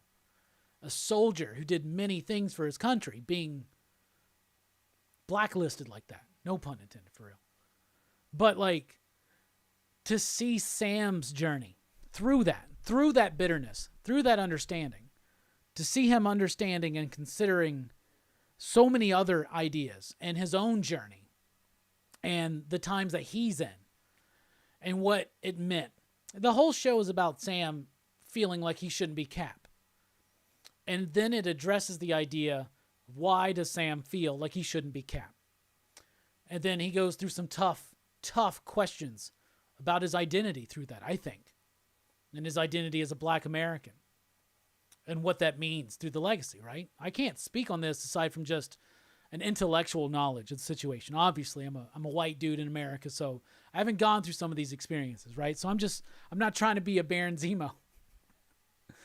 But I thought that they really handled the idea of what a Black Captain America would mean to so many different people, and I thought they handled it very well. And when Sam showed up in that suit, I flipped my lid, yo. I got so excited. I hadn't been this excited for like a Marvel thing since like phase 1 or 2, like the early days, or maybe when Spider-Man and Black Panther show up in Civil War. That was the last time I was like, yes! Like, I got so hype when he showed up. Now, I got hype too when John Walker shows up in his U.S. Agent garb, because I've always liked U.S. Agent, because I was a Force Works guy, okay? So let's just be honest about that. I'm a 90s kid, 80s, 90s kid, and I loved Force Works. I loved John Walker, U.S. Agent. Still got the action figure. I love it. Love it. I love that action. I love that design for a costume better than Captain America's design. Anyway, the Falcon Captain America design. Sam as Cap. A great design. It's almost like spot on. Just like spot on. The only thing that looked doofy to me was the cowl thing, because his ears were sticking out, and his ears the whole time are like this. And the whole time I was just like, man, I bet Sam's ears really hurt. But, dude, when he shows up through that window, that fight with Batroc, he carried himself well. When he walks by that dude and they're like, who are you? He goes, I'm Captain America. I felt it. I've seen some people say he doesn't feel like he's Chris Evans, Steve Rogers, Captain. No, he's not supposed to. This is Sam Wilson, Captain America. That's one of the good things that Nick Spencer has done at Marvel, is that Sam Wilson, Captain America run. Steve Rogers stuff where he's Hydra. Secret Empire, how it all ended up. But for the most part, I really thought that he handled the Sam stuff pretty well. But Rick Remender, who I think did it first, right? Rick Remender was the one that brought that out. I love that. And this is totally in that Rick Remender vein. Understanding the significance of Sam Wilson taking up the shield. What that means for the Marvel Cinematic Universe going forward. A lot of setup here. Some stuff didn't hit, though. Okay, so the Flag Smashers. I think overall, to the point of the story, they were kind of weak. They were trying to add a different moral dilemma outside of something that also kind of helped. I think so. The Flag Smasher stuff is interesting. We've seen that kind of bit before, though, where they're like, "Oh, are they evil people? They got noble intentions. They got good things to, but how they're going, the ends justify the means." We've seen this kind of stuff before. They didn't do anything new with that. The whole idea of Sharon Carter being the power broker, we called that back in the day. Look back in like we all do. Like, it's so obvious. And what's the point of that going forward? I got a theory on that. You can ask Jamie. I said it straight up. As soon as she walks away and she gets that grin, she gets that pardon, I was like, she's a Skrull. She's a Skrull. They're using some stuff to set up Secret Invasion. That Secret Invasion show's on the horizon. So I think she's a Skrull. I really do. On Big Herm's show earlier, Rogue Trader was talking about the idea of Mystique, and maybe they're introducing, because they had Madripoor, maybe they're doing some, and that's a reference to something that happened in the comics apparently. I don't remember that, but sure, why not, right? So, like, That could be cool too, but we know Secret Invasion is like coming up, so it's already in the plan. So it's leading up to things that are happening like very, very soon. Madam Hydra, Julia Louis-Dreyfus, her importance. What is it? She's behind U.S. Agent. I still think that U.S. Agent's going to be leading Zemo and others in the raft. Yeah, I wouldn't be surprised if Batrock's alive because you never actually saw him dead. Right? That was weird, that Mexican standoff. So a lot of setup and some things that just didn't quite land. Like the Power Broker setup, didn't land. But it will land when we find out she's a Skrull. That's how you make it land. So it's a lot of setup is that. The whole point of this was Bucky and Sam getting over their problems with the legacy of Captain America and the legacy of their lives, right? And what they left behind and what they're trying to drive forward. I thought they handled that very well. And it took it from it accomplished it was Civil War, and then throughout this journey in Falcon and Winter Soldier accomplishes what the great Richard Donner did in 2 hours in the first Lethal Weapon, and take the Odd Couple and make them work. So now we got, and my favorite moment was at the end where it goes Captain America and the Winter Soldier. And I am so excited to see what's going to happen for Sam Wilson's Cap. I love the way he moves. I love the way he fights. It's different. He's still a human. And everything he had to go up against, all these people, as much as the Flag Smashers weren't to me that big of a threat, and I thought that Zemo should have been more of a looming threat, but I really love Zemo's little bit at the end when he's he blows up the Flag Smashers, man. He's just chilling in his cell. It's fine. Don't worry. They're going to come calling. Citizens V cannot be far behind. There's a reason they showed that he can do crazy flips and shit like that and cool things in a battle scene. There's a reason for that. And I think that reason is to set up Thunderbolts. And maybe that's where Julia Louis-Dreyfus's character comes back in. But I also think that I think they're setting up multiple themes and storylines here. And I think that the Sharon Carter Power Broker setup is Secret Invasion tied in. So that's what I think. I really overall liked the series. I think it kept pushing what it was trying to say each episode. I love the way it worked out. I just don't feel like the Flag Smasher bit just to me was what kind of weakened it overall for me. Some of the reveals I think will have more punch in the future. When they reveal Sharon Carter, the Power Broker, is a Skrull, that's going to be the big deal. Think about this. Do you remember the turn when you read the initial Secret Invasion stuff? You remember the turn when we found out that Spider-Woman was one of them. That's what they're using her for. So there you go. All in all, I really liked Falcon and the Winter Soldier. I thought it just had a fantastic end. It was a well-paced ending. I think I'm so excited to read or to sit down. And why is everything a comic today? I'm so excited to sit down and watch all 6 episodes again in a shorter span of time to see how it flows that way. But I think that it did a lot of great setup. It did a lot of great character building. And so when they do the new Captain America movie, we are ready for it. And that was Falcon and the Winter Soldier through the eye of the beholder.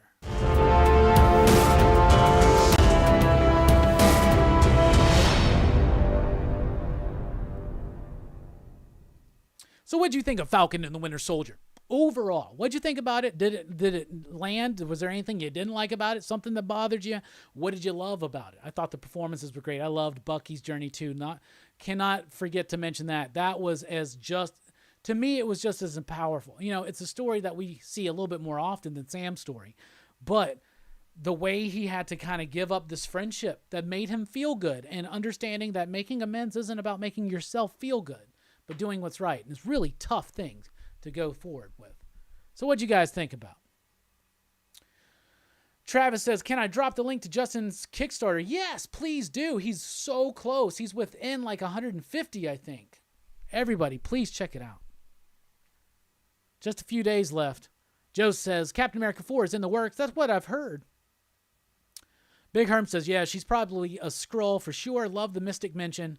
But the set is exactly what I was trying to say. But of course you are. Oh, you're a master with words too, Herm. Shut up. You just let everybody talk over you.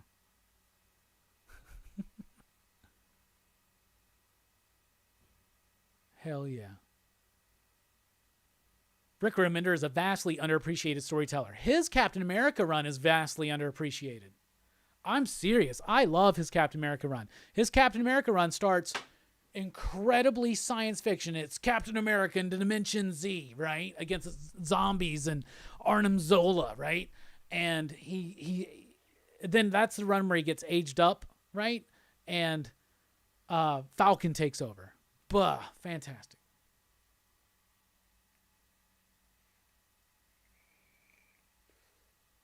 I'm also looking forward to Loki. That's in a few weeks. It's in June, I believe. So when that starts, we will definitely be, yeah, he even had a son. Yeah, you're right. Big Herm. People talk over me. I didn't notice. Travis just threw out the link to Silent Night, a comic zine about mental health. It's really good. I've read it, y'all. It's worth it. It's really breezy and easy and short, but it's worth it. It's for a good cause, too. Some really cool things to go along with it as well, right?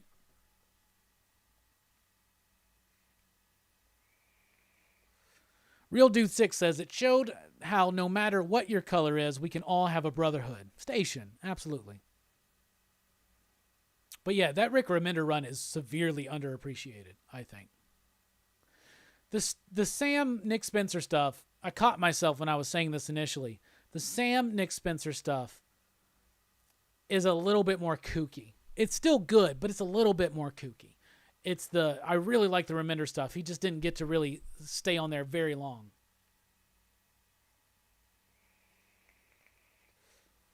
The costume was spot on.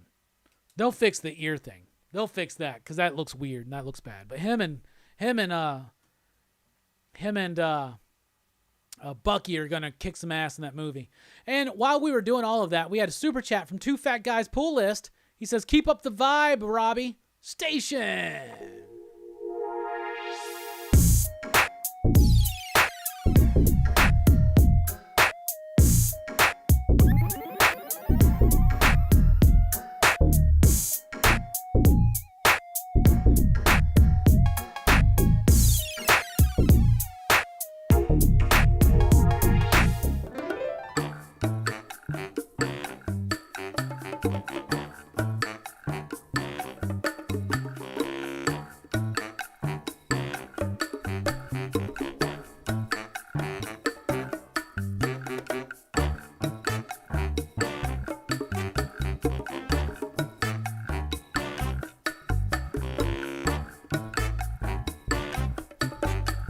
This one's for John Holshoe. It's Hammer Time's birthday. Let me tell you about this young man that I know. It's Hammer Time. Hammer Time. Holshoe was born not too long ago on this crazy earth, man. He likes to listen to the Weezer, you know. He even took me one time to a Weezer show. And I got to meet Weezer. That includes Rivers Cuomo. Now John is my bestest friend, yeah. Hammer Time's always been there for me when I need him. John Hammer Time Holshoe is the greatest man. Greatest man out there in PCP land. Hammer Time, Holshoe.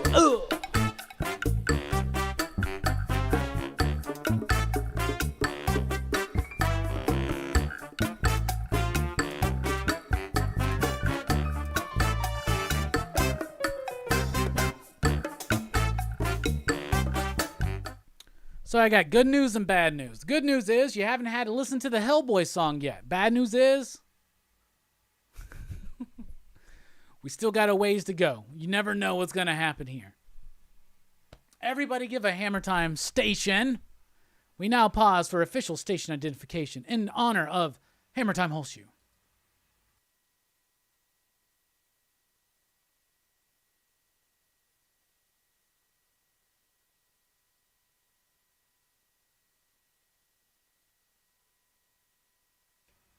And if you're part of the PCP Army on Facebook, which if you're on Facebook and you're not on the PCP Army, I don't know why. You should definitely do that. You can find it at the Pop Culture Philosophers page on Facebook, which I'm sure you follow, even though we never post there. Where do we post? The PCP Army. Nobody cares about the Pop Culture Philosophers Facebook page. Facebook doesn't care, but we care about the PCP Army, and we make it worth it. Speaking of worth it, someone throw a link out to the PCP Army right now so everybody can join up. Sometimes people can't find the link, and that's fine. It's a private group. What stays in the PCP Army stays in the PCP Army. And yes, technically we're in the PCP Army now, which technically this is a public forum, but whatever. You know. Anyway, if you're part of the PCP Army, get on there tonight and wish Hammer Time a very stationy birthday. Please. Please, please, please. There it is. Thank you, Fable. The PCP Army right there, a link. There's also a link in the description as well. And that's what I was about to say. I'm glad you're here, Twitch, to remind me the PCP Army playlist for May is live right now, or the April playlist is live. We're now taking our the submissions for the PCP Army playlist. Twitch puts together a YouTube and a Spotify playlist each month for the PCP Army with picks from the PCP Army. So that link is, that thread is in the PCP Army right now. After the show, I'll pin it to the top so it's easily findable. And it's flowers and nature is the theme. So you get 3 submissions. I did 4 because I'm Rockin' fucking Robbie. And May's my birthday month, so get ready for a fun birthday stream May 10th. The Backlog Bros, I hear, are going to be here making a rare appearance. Very rare. But what was I saying? Oh, yeah. So right now we're taking submissions for the PCP Army May playlist. So you get to pick things that are themed around nature and flowers. Maybe it's got something in the title. That's kind of what I went with. Or songs about nature, flowers, something, things May. You get what I'm saying? We're talking about that nature vibe. Flowers, May flowers, right? So my picks were Dr. Green Thumb by Cypress Hill. And then I looked at a bunch of songs with flowers in the name, and all the ones I wanted to pick all had Rose in the title. So I went with Desert Rose by Sting. I went with Ramblin' Rose, the MC5 song, the version. And I went with Kiss from a Rose, which I think is one of the greatest songs of all time by Seal. So there you go. There you go.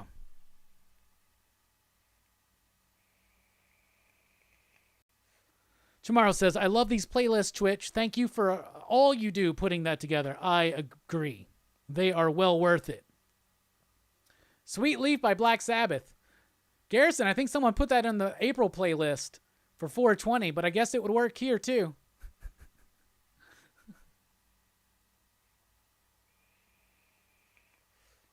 The fuck's a backlog, bro? Did he say making fuck? No? Okay. False alarm. Sorry, guys. False alarm. Yeah, but I like Falcon and Winter Soldier. I did. But now let's get divisive again. Because now it's time for my Sunday morning movie review. So, it's not Sunday morning, but I watch these movies on Sunday mornings. So, I got a ritual. I wake up on Sunday morning, I smoke a bowl, and I watch a movie. And I share the movie in the PCP Army. And then I talk about it here tonight on Rockin Robbie Live. And tonight we're talking about a new movie. Usually it's a classic, but tonight we're talking about a new movie.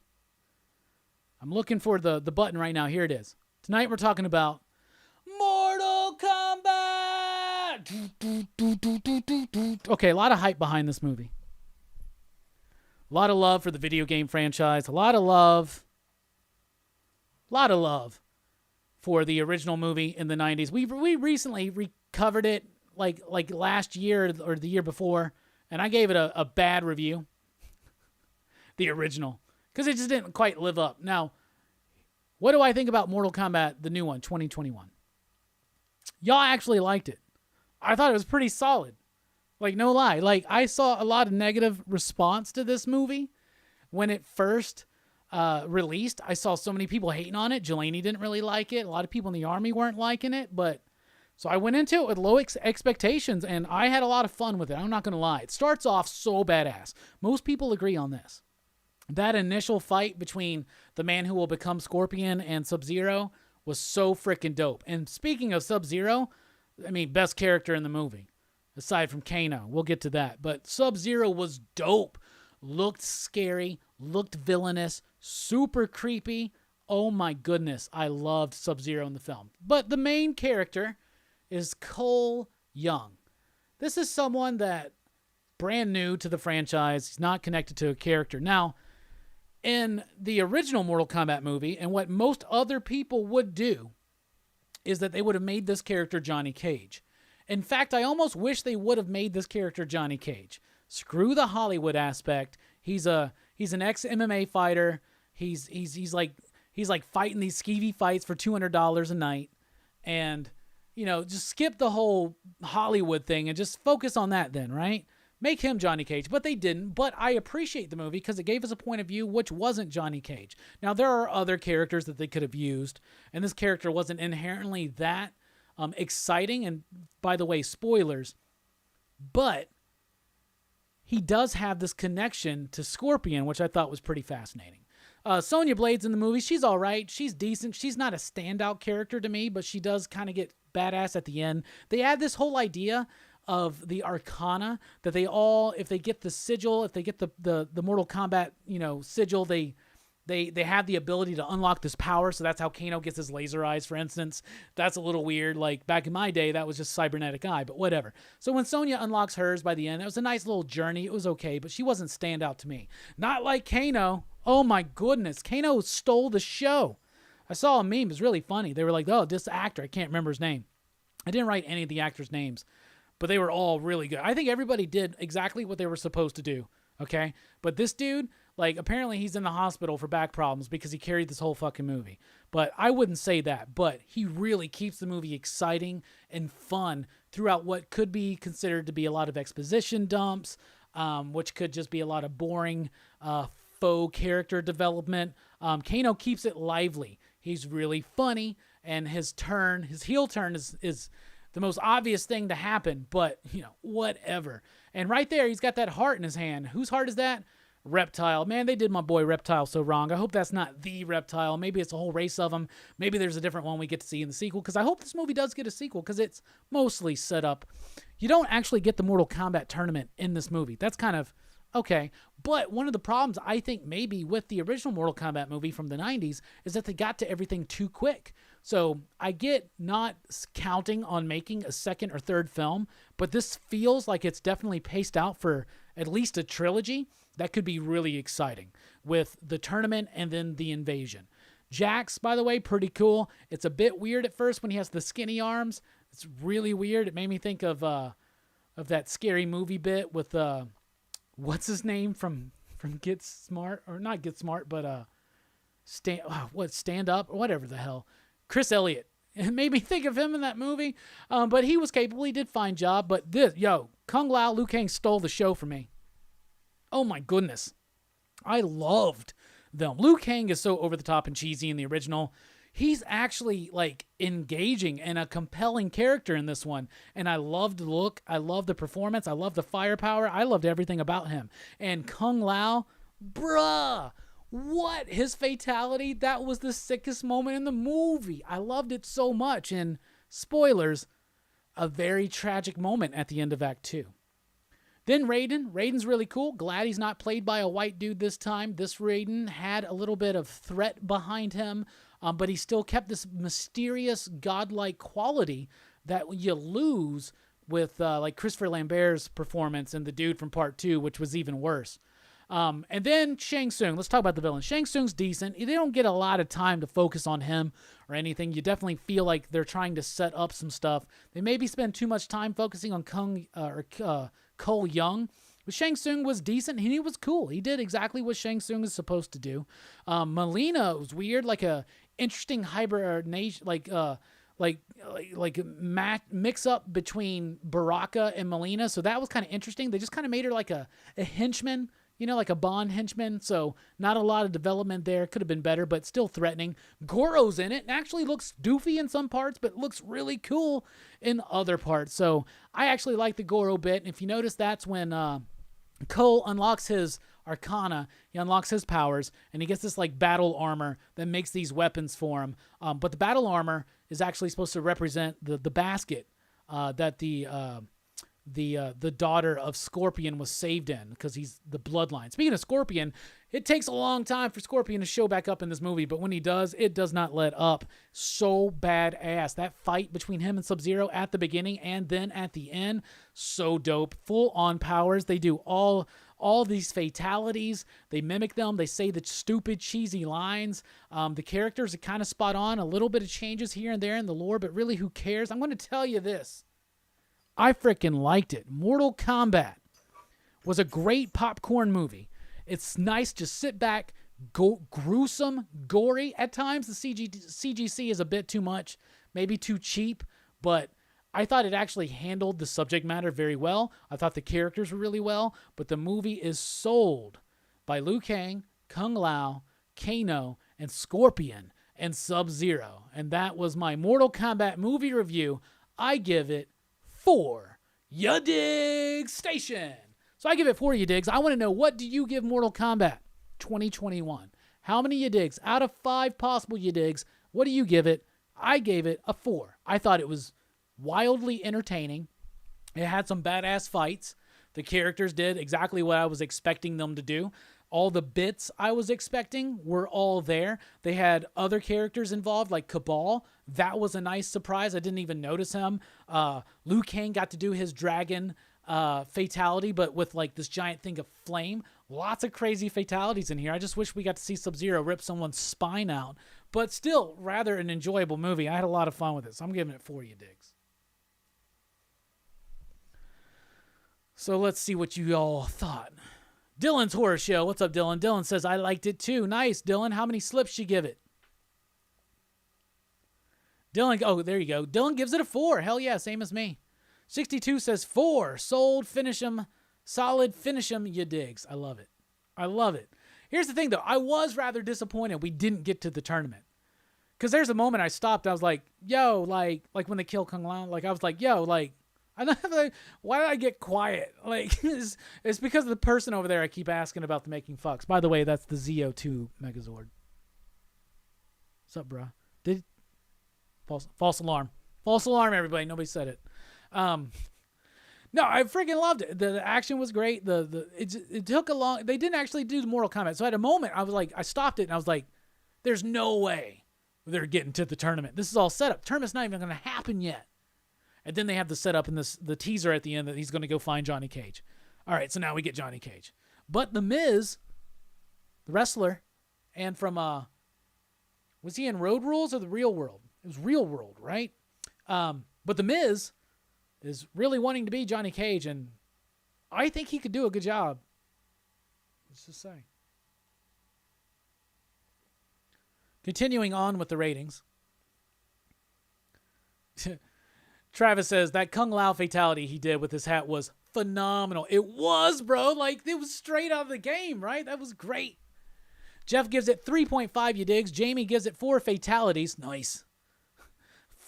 The most badass thing about that Kung Lao fatality is at the end he goes, flawless victory. And it also really, this movie made me want to rewatch Big Trouble in Little China. Mars Comics gives it 4 ya digs. TM Nerdy says 4 ya digs. Godtank gives it 4.5. Fable gives it 4 ya digs, which is 5 slips, which is 7 backlogs. Fable understands the exchange rate. Nice. Kano steals this movie. Absolutely steals it. Yes, he does. I was waiting for the famous Sub-Zero slide. Mortal Kombat was worth it, says Stefan. Godtank wants everybody to choose their favorite character. Like, of all Mortal Kombat or of the movie? Of the movie, Kung Lao. Kung Lao. I know people say Kano stole the show. I think Kung Lao did too. And I really like Liu Kang. It made me, like, he's the character I'm best with in the game, and I always thought that was lame because Liu Kang's kind of like, to me, the lame character, but like, I love Liu Kang in this movie. Oh, goodness me. Jamie says, Kano was my favorite. Yeah, Real World 2000. Hell yeah, man. Was he on Road Rules Real World Challenge?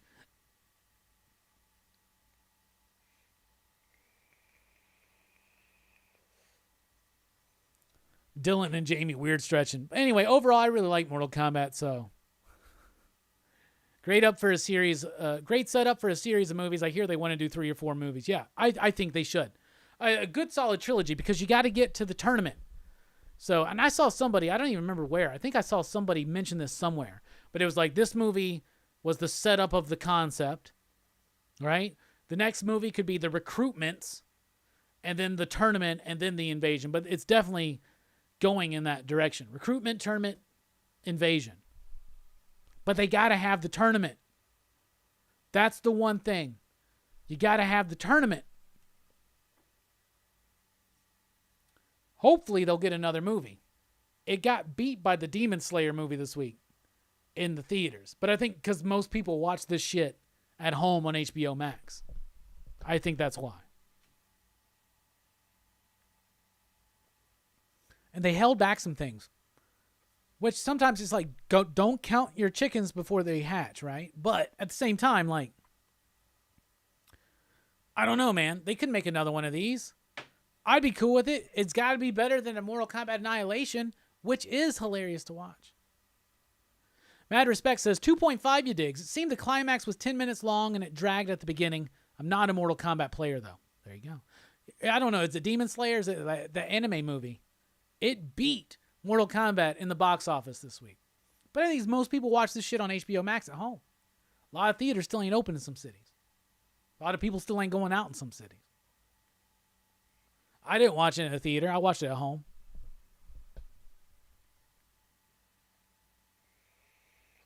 Was this movie for the fans, though? Because it does, like, it created a whole new character. I like that. Typically, this would be Johnny Cage. If they would have made this character Johnny Cage, that would have been cool. That would have been fine. You know? This interpretation of it would have been fine. I'm okay with the new character. I really, really am. I am certain you'll see him in the game now. I'm certain you'll see him in the game now. All right, that's it for this bit. When we come back, we still got a lot to do because we got a top 5. We'll be talking about our top 5 favorite current Image comics. Then we're doing a special Marvel in the 90s segment. Nope. It's not Marvel in the 90s. It's something else. Maybe even something just as cool. And of course, show and tell and the post-credits and all that bits, all those bits and more. We'll be right back here on Rockin Robbie Live, and we're going to leave you with a question. It's time for the question of the week. And I got to just come up with it off the top of my head. Here it is. We've been real big on breakfast bits here. And we've talked about cereal all the time, and we've been talking about eggs, but here it is. What is your favorite, not including eggs, breakfast protein? I don't want to say meat in case you don't eat meat, because I didn't for a long time, and that's fine, and that's cool, and you're still worth it. But what is your favorite breakfast protein? Sausage, bacon, not including eggs, tofu. You like a tofu scramble, maybe? Maybe like a protein powder, a particular kind, Quest, cookies and cream, for instance. Seriously, if y'all ain't tried that, you really need to. We'll be right back here on Rockin Robbie Live.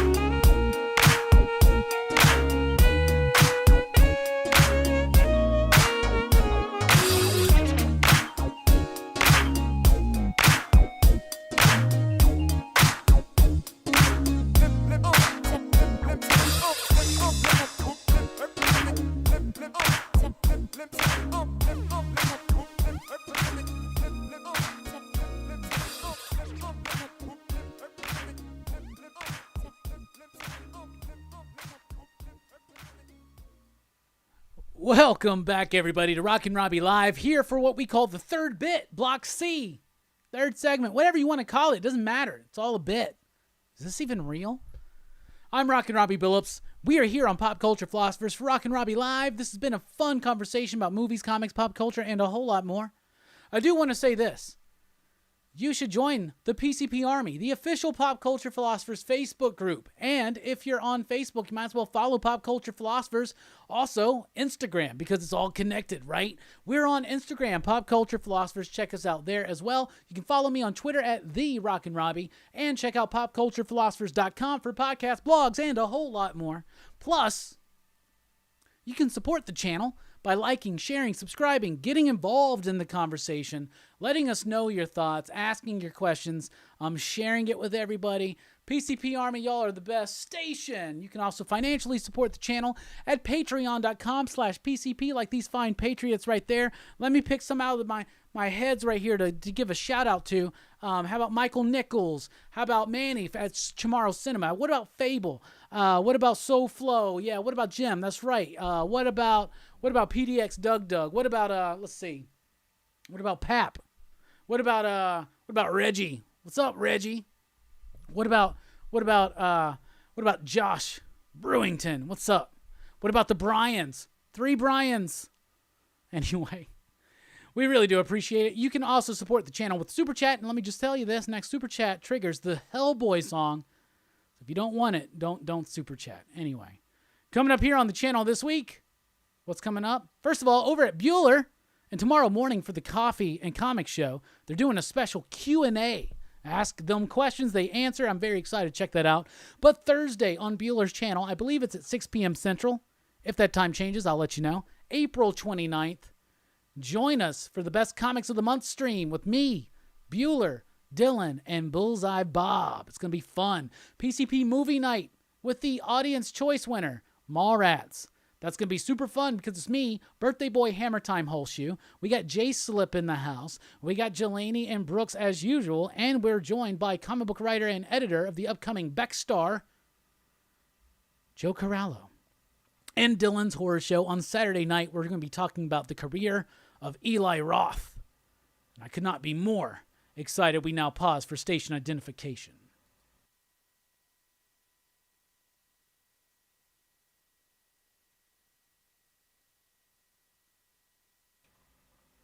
All right, so when we left, I asked you what your favorite breakfast protein was outside of eggs. to not exclude vegetarians or vegans. So let me go back in the comments and see what everybody said. Let's see what you said. 62 Lefty Blues. Runny yolk eggs and bacon for a little treat. Little Smokies. Snoochy Boochies. Oh, little Smokies for breakfast. That sounds brilliant. I love Little Smokies. Sounds brilliant. Travis says, coffee, that's my morning protein. You drink the protein coffee? They make that shit.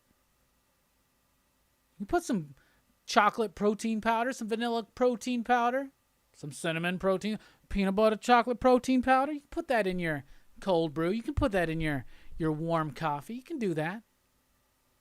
This morning I had some mocha with some condensed milk. Jamie's got me drinking coffee with condensed milk, and it's fucking awesome.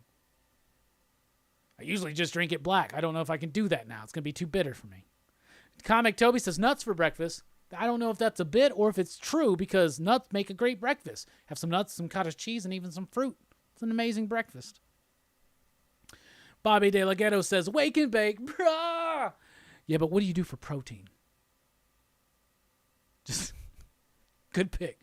Bread68 says, Jack's sausage, egg, and cheese breakfast sandwich. I love me a good sausage, egg, and cheese, bruh. I do. My favorite sausage, egg, and cheese is at Hardee's in the morning. The biscuit. Or when I make my own. And I actually like making the Morningstar breakfast sausage. I like those better for some reason than regular breakfast sausage. Unless they're links. Breakfast sausage links. My favorite breakfast protein outside of eggs. I didn't even think about this. It's bacon. It's turkey bacon. Actually, it's super crispy ass turkey bacon. I can't get enough of it. Like super crispy motherfucking turkey bacon.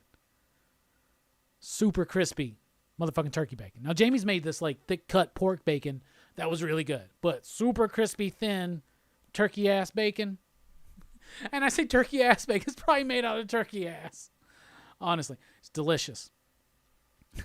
I also like just like pork sausage, like links, like amazing.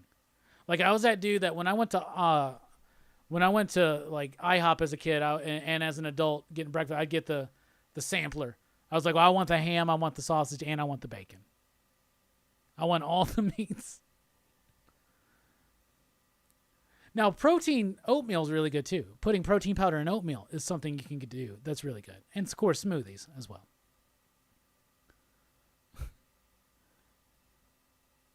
Pancakes or crepes. Yeah, you can do that as well. Nice beats. Yeah, that's a nice beat, right? That's a royalty-free YouTube studio music. Anybody can use it. Hot sauce, what? Hot sauce in the coffee, what? Mad Respect says, sausage overall, especially eating out bacon, is best when made myself, all melty crispy. Godtank says, I don't know about y'all, but I'm stumped as fuck on this protein question. It's because you're the master of proteins, my friend. If you follow Godtank on Instagram, you're going to get a lot of comic book goodness and some of his artwork. You're going to get some, like, food porn that's just going to make you cream your mouth. Did I just say cream your mouth? All right, it actually happened, y'all. Sorry. Cryo usually does a fruit smoothie. That's nice. Guy LeMay, Station. What's up? Lucky Charms. Nice. Biscuits and gravy, says Brother Joe. Fable says bacon. Easy Reader. I may have missed some people. If I missed it, throw it back down. Easy Reader says, I like chorizo, potatoes, onions, and jalapenos for breakfast. It's like hash. That's so good. That sounds so good. That sounds so fucking good. Hell yeah, that sounds great. Today I wish I had the picture. I have it on my phone. I'll show you the picture on my phone. Today I had, Jamie made this. So, Station, my girlfriend, Robbie's girlfriend, Jamie. I'll find the picture. So, a cheese and I think shallots and serrano peppers omelet with some fried potatoes with some mushrooms and then sliced avocado and that thick-ass pork bacon. Yeah. And that's it right there.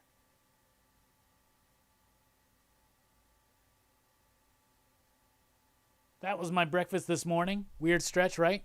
Mike, by the way, has been sending me his breakfast photos. Right? So that's pretty weird. But that's cool. Like, Mike is committed to the bit, and I respect him for that. So let me share you. Oh, and he did. He sent me his dinner. He sent me all 3 of his meals today. Mike's fancy. Let me show you this shit. All right. There's his Sunday morning over easy eggs. So that's Mike's breakfast. I know this is a weird bit, right? That's Mike's breakfast today. Nice. So I sent him the picture that I just showed you. Then he shows me his lunch. Impossible burger stuffed with fake feta cheese, olive and garlic spread on top, zucchini and yellow squash for the side. And Mike, no lie, it looks fucking delicious. Look at that. That looks delicious. Impossible burgers are good. And he sent me his dinner like an hour and 10 minutes ago. Aloo gobi with rice and naan. Oh, okay. So it's like an Indian dish, I think. Indian inspired. Nice, Mike. By the way, I don't think Mike is cooking for himself. I think I know who he is. It's a station. Weird stretch. It's time for weird stretching on food. I'm not done then. Let me show you some awesome, some other. So the other night, I love hot dogs from around the country, so I made Seattle dogs. So those are Hebrew National beef hot dogs on a split top brioche bun with sriracha and brown mustard, grilled onions or sauteed onions. It won't fucking focus. And serrano peppers instead of jalapenos. And cream cheese slathered on the bun. Why won't it focus on that? Come on, show that hot dog goodness. People tuning in are like, I thought this shit was about comics. Anyway, those are the hot dogs. I don't know why it won't focus on it. There's an anti-hot dog thing going on. Here's the breakfast from the other day. It's the savory oatmeal that you heard me talk about, but with more of that bacon and that egg was an over hard egg. Some good stuff, though.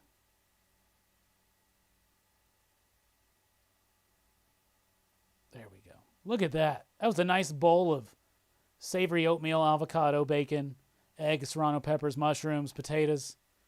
Jamie's a brilliant cook. Will it actually show my hot dogs again now? I really want it to focus on this hot dog, man. I made these. Why won't it focus on the fucking hot dog? There's too much going on. Whatever. Screw it. Who cares? I'll post it in the PCP Army. By the way, I do have that book, Deadbeats. We were talking about Deadbeats. Joe Corallo is was one of the editors of this book. It's a Wave Blue World. That's the publisher of this book, a musical horror anthology. My copy is signed by Liana Kangas and Vida Ayala from when I met them both in 2019. And Vida said, "You got the beat," and I appreciate that. Liana just scribbled her name, but I appreciate that too. Anyway, enough of me weird stretching about my girlfriend's amazing talents in the kitchen. In fact, she's cooking me something right now, and I don't know what it is. It's a surprise, so I'm excited to be surprised. Anyway, watching too much Hell's Kitchen? Hell no.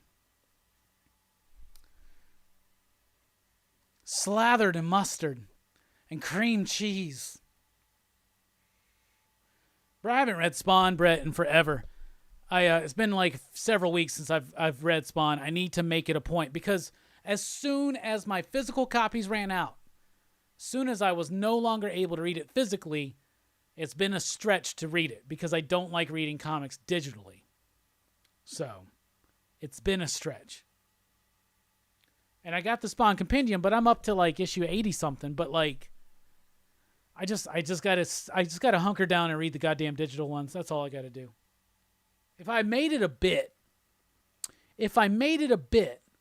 I would do it. But here's the thing. there's a part of me that would like to restart and go through it and make it a bit so that like every week I'm covering a few, but that's what they do. Big Herm and Travis do it, so I can't do it.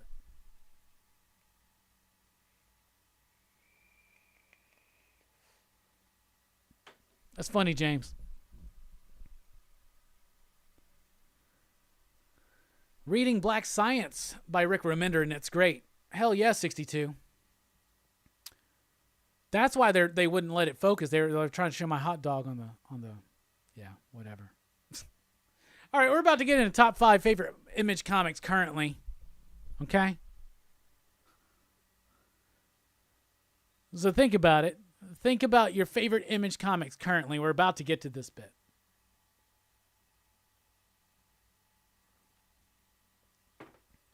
And if somebody wants to throw out $1, I really want to do a Hellboy song. But I just can't make myself do it without the actual colors in front of me. Does that make sense?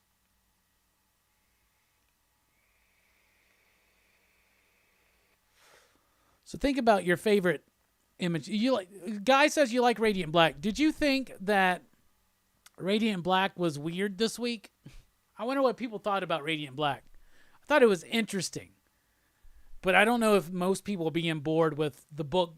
Mostly, that issue is mostly about this dude's writer's block. Travis, always coming through when we need you, buddy. We appreciate it.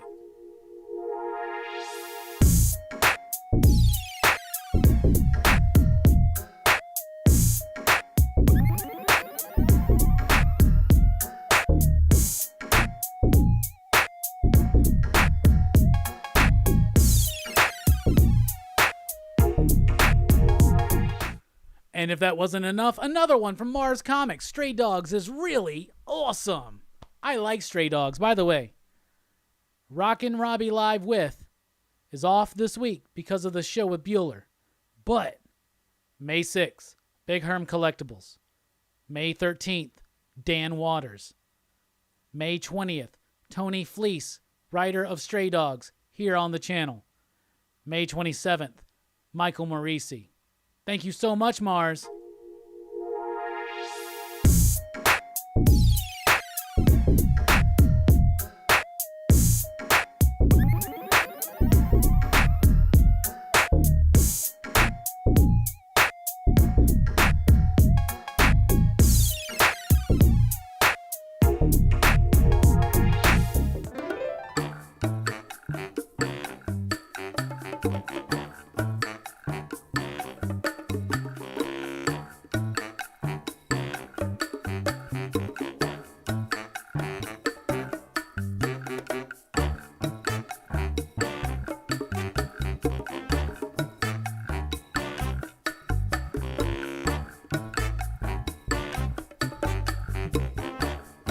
Y'all want to sing along? Let me tell you about this little man I know. His name is Hellboy. He was brought to the earth some long time ago to save it or destroy. Brought to this earth by Rasputin, son of a demon and a man who had sex with the demon, and was raised by Professor Broom. Now he fights evil and monsters, and he fights with the man who's a fish named Abe, and he fights with the fire starter named Liz, and an ectoplasmic mass named Johann. BBRD.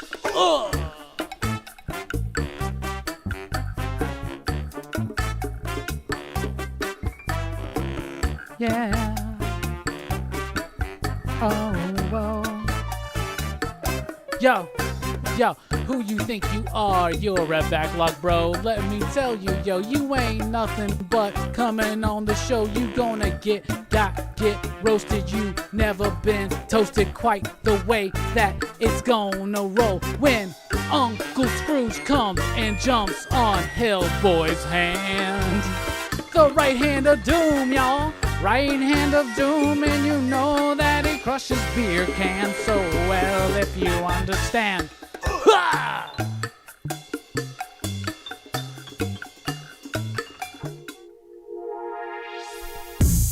No, we didn't get the Tomb of Dracula yet.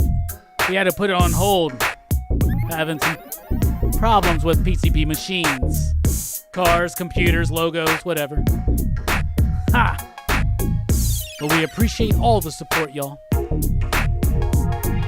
Yo, hit the Robbie, what you gotta say? Comic books, your Harvey, what you got today? I got a little comics to show and tell. And let me tell you what, I'll never go to hell because I listened to Jesus Walks by Kanye West about 1,000 times in the audies. Let me tell you, y'all, we get naughty. And everybody, y'all, we came to party. It's enough of that. What's going on? Oh, now we got Brad69 with Super Chat, liking Stillwater. Thank you so much.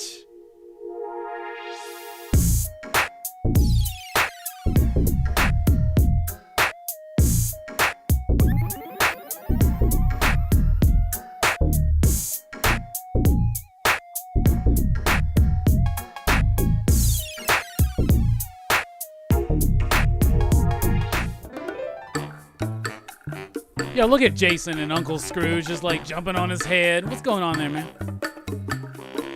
It's crazy. It's crazy as shit, right? Don't you know? You're worth it, PCP Army. Let me tell you about this old titan I know. His name is Thanos, throwing rocks. You know what he's got a grudge against Hellboy's shoulder, don't you know? Thanos comes along and throws all these rocks because that's what he do, and he doesn't like to talk. He just comes up and he crushes it against Hellboy's shoulder, oh yeah. Now we're ready for the onslaught, which isn't here because the gift is gone. Instead, Iron and Cap come to save the day. But they're getting crushed by the Thanos rock. And it's up to Bruce Wayne, Batman, to save the day. Batman's here! No fear!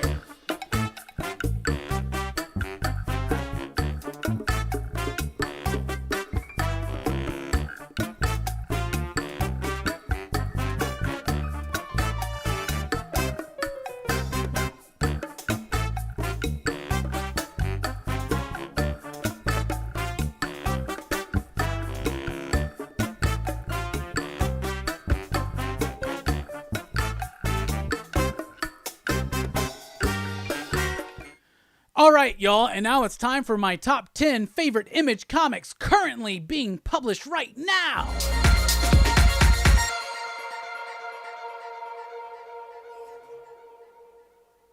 At number 5, Stillwater. Stillwater is a fantastic book by Chip Zdarsky, Ramon K. Perez, and Mike Spicer. It's a story of a small town in the southern United States in which nobody that's in the boundaries of the town grows old or dies. So they're keeping this a secret, and when an outsider who used to be an insider shows back up, things start unraveling, and it's got great character development, great way to package exposition on the page, very great dynamic artwork by Ramon K. Perez, and those colors, they pop.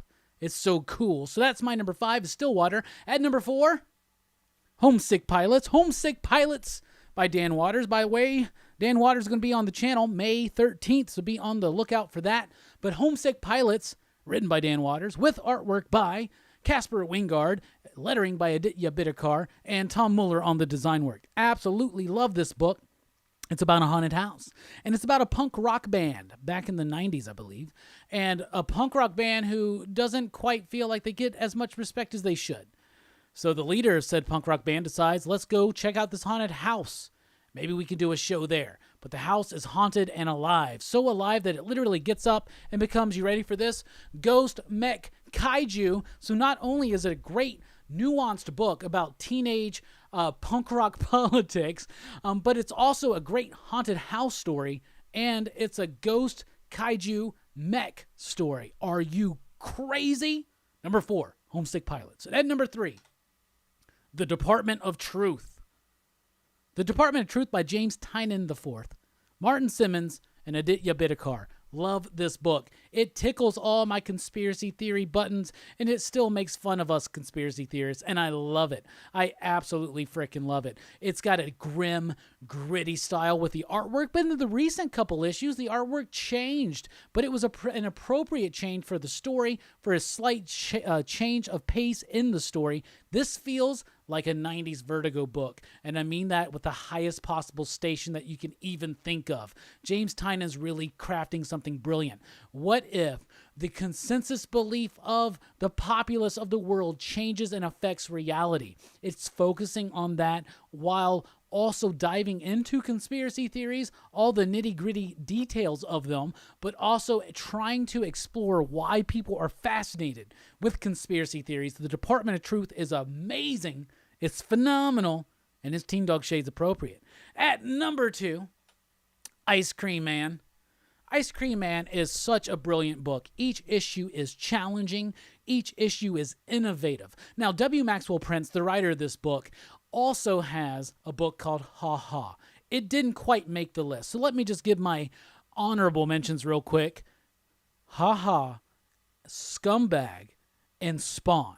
Those are some totally honorable mentions. But at number 2, I get Ice Cream Man, because each issue never lets me down, and each issue is so different. Martin Morazzo's artwork is so crisp and clean, but at the same time is so appropriate to this book. You add in Chris O'Halloran's amazingly bittersweet, sickly sweet colors. It's like ice cream that's gone bad, but at the same time it's so bad it's so good for you. Ice Cream Man is such an amazing book. Each issue is different. It's a horror anthology, and it's literally one of the only books that I can mention right now that you could jump in at any issue and enjoy. You never read an issue of Ice Cream Man, but you found a random issue 18, read it. You found a random issue 3, read it. Then sell it. You found a random issue number 1, you fucking slab that shit, clean it, press it, and sell it. And then buy all the trades, because every single book is amazing, and it's got an overall tapestry that's slowly being built. Fantastic. But it ain't number 1. What's number 1? Guess what? It's Decorum. Y'all, still 1 issue left in the series, so it still counts for current Image books, and it's just amazing. Now, Decorum is a rather simple story about an assassin guild, and they're in this really elaborate world, and there is the top-notch assassin of this assassin's guild, teaching the new street-level, street-wise, rough-around-the-edges recruit. And in the midst of all of this, there's the neg that all these different factions are trying to get at, this church of like robotic entities or whatever. Some really cool world building, great concepts and ideas, and the package is overall fantastic. And we always talk about wasted space in a comic book. And I've even heard some people, Bullseye Bob, not going to name names, Bullseye Bob, but some people, Bullseye Bob, said that they didn't like that there were so many meaningless pages in this issue or in certain issues of Decorum. However, there's still way more than the appropriate number of story pages. So all the infographics, all the maps, all the charts, it doesn't take away from story pages. I think it actually helps the pacing of the book. So my number 1 is Decorum. You know that I love it, and let me tell you, it's Jonathan Hickman, it's Mike Huddleston, and Mike Huddleston is doing right now, he's the artist of the year, because nobody in a comic book has ever done, in my opinion, in my experience, I should say. Nobody has done a book like this artistically, and I applaud it. So my top 5 Image comics currently: number 5, Stillwater; number 4, Homesick Pilots; number 3, The Department of Truth; number 2, Ice Cream Man; and number 1, Decorum. And I want to know right now in the chat, in the comments, what are your favorite current Image comics? If you showed out one of your picks earlier and I missed it, show it out again. That was my top 5 current Image comics.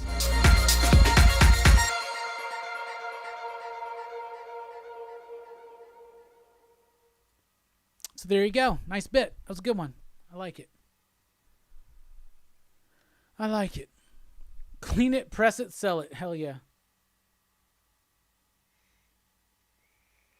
Ice Cream Man has powers, but not the powers you might be thinking of. It's such an interesting book. Hey, Logan gave us a top 5. Top 5. Number 5, Carmen. Solid book. Firepower. Another honorable mention. Almost made my list. 3, Scumbag. 2, Ice Cream Man. 1, Department of Truth. Nice list. Jeff says Geiger and Noctera. Both series very early on. 1 issue for Geiger, 2 issues for Noctera, but fantastic right now. Taylor says, really dig Post-Americana. Bread68 loves Firepower. Firepower is amazing. Post-Americana I only read the first issue of. Maybe I should get back into it. 62, Lefty Blues. Speaking of Decorum, I believe, says this artwork rocks. Tyler says Huddleston's art is worth picking it up. Yes, absolutely. Big Collector likes Firepower. Eric says that Texas Blood, Stillwater, Family Tree, Dot. That's Department of Truth. And Decorum. Nice. Family Tree's a good one. Cinder's another good one. Awesome. Awesome.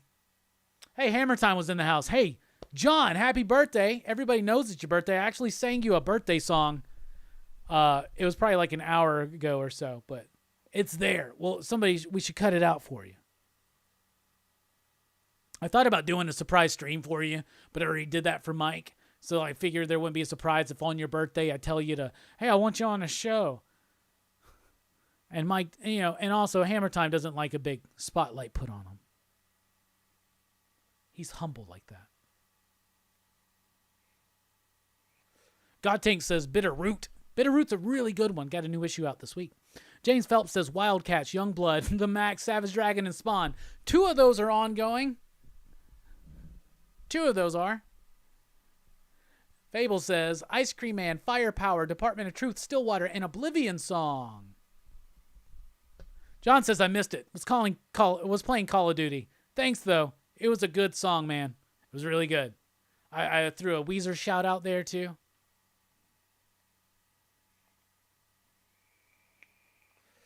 Declan says, excellent list, man.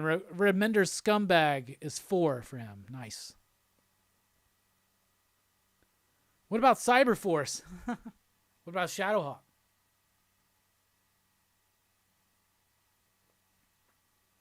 What about Violent Messiahs? You want to keep stretching? You want to go back? How far back you want to go? Easy Reader says, Bitterroot, Sonata, Die, Die, Die, Ice Cream Man, Post-Americana. 62 says, Post-Americana is a one-man show, and the artwork is awesome and gory. Yeah, it's Steve Scroce, right? Isn't it? Bueller says it's gory. LOL. Hell yeah.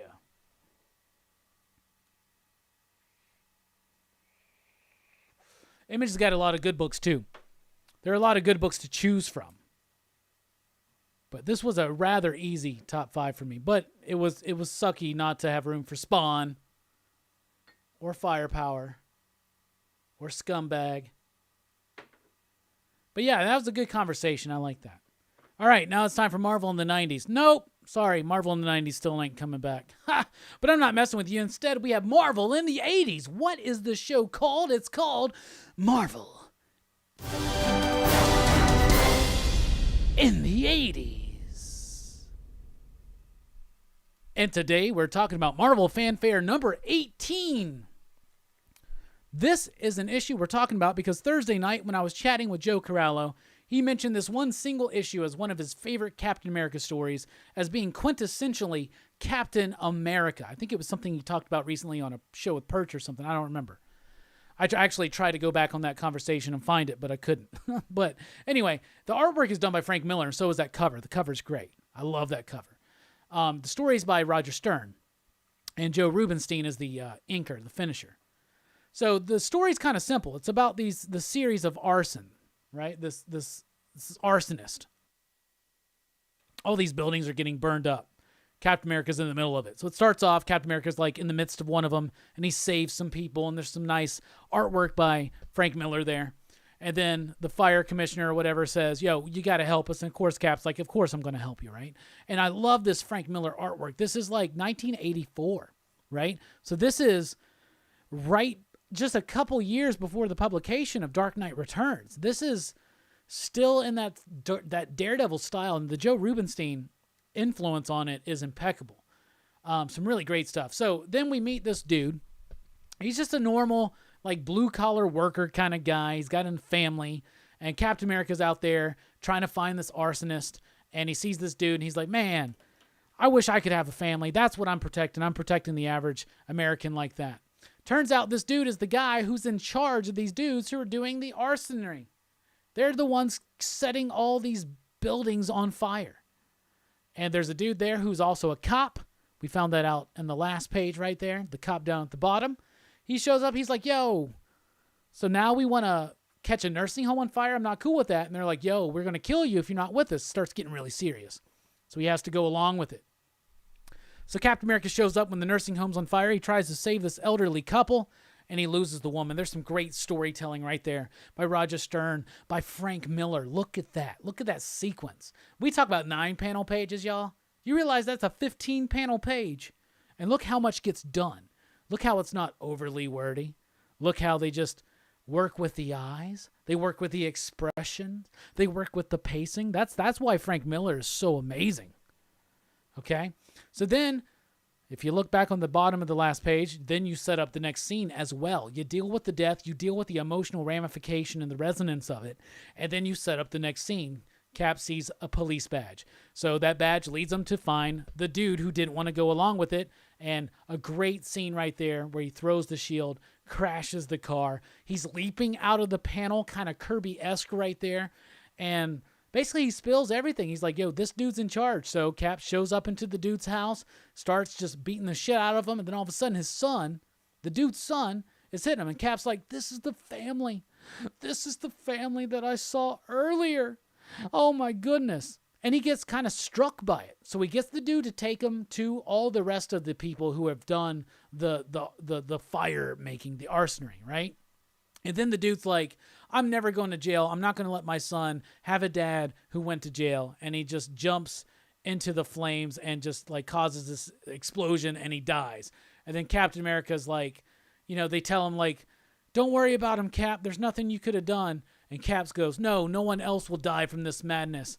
And he lets everybody, they get out. And then he's like, yo, we got everyone. He goes, everyone? No, you're wrong. She's still in there. And he goes in and he gets the American flag.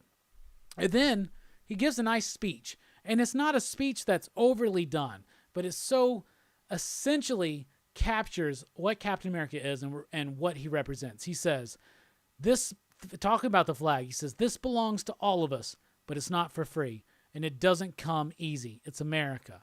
America doesn't hand you things on a silver platter. Sometimes all we offer is hope. And now I have to think of some way to bring hope to this dude's family. Like, that's pretty powerful. It's pretty cool. Seriously, the work done by Frank Miller, pretty solid, pretty awesome. I really, really enjoyed it. So here's the copy I picked up. And I told everybody I was going to go to my shop and find this. I found a beat-up copy of it. It was the only one we had. And Brian wanted it real bad, but I didn't care. I got it anyway. Joe told me to read it, so I read it, and I really enjoyed it. I thought it was great. We also have this really nice Frank Miller. This is more of that Dark Knight Returns style, and you see that on the cover. So I love this as an exploration of the evolution of Frank Miller's style. Look at the cover. Look at the back. That is totally what's about to happen. That's like the bridge to Dark Knight Returns from his Daredevil work. And look at the amazing composition. The way he tells the story. Look at the finishes by Joe Rubinstein. Absolutely brilliant stuff. He's the guy who inked Miller on the Claremont Wolverine miniseries. Really good stuff. Great action scenes. The book itself is very well put together. There's no ads in it. It's got a nice cover. It's from the 80s. It's got this nice bit where the editor's like telling you, like, goofed up Chris Claremont didn't file his story in time, so he has to do 2 artist portfolios. And if you are interested, we got a Kevin Nolan portfolio. They're all chicks. So there's Dagger, and there's a Black Widow, and I love that Black Widow costume. That's that 80s and 90s era. There's a Red Sonja and a Phoenix. An interesting style choice from Kevin Nolan there. There's Frankie Reyes, Nova, and She-Hulk. And then we got Terry Austin. Terry Austin, we got a little bit of a Doctor Doom. We got a Black Widow again. Really like that Black Widow. It gives me Hunger vibes. Then we've got some of the X-Women.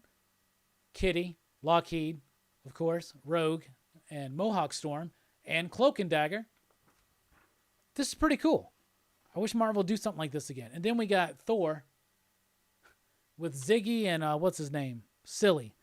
Like old school humor, whatever. It's a nice package. It's a nice book. I don't think it's too expensive to find. So if you do find it, it's definitely worth picking up. It's a nice one and done Captain America story with some Frank Miller, Joe Rubenstein artwork, and a nice story by Roger Stern that doesn't hit like super resonantly or anything like that, but it's a nice like encapsulation of what a good solid Captain America story is going to do. And that, by the way, was the debut episode of Marvel in the 80s.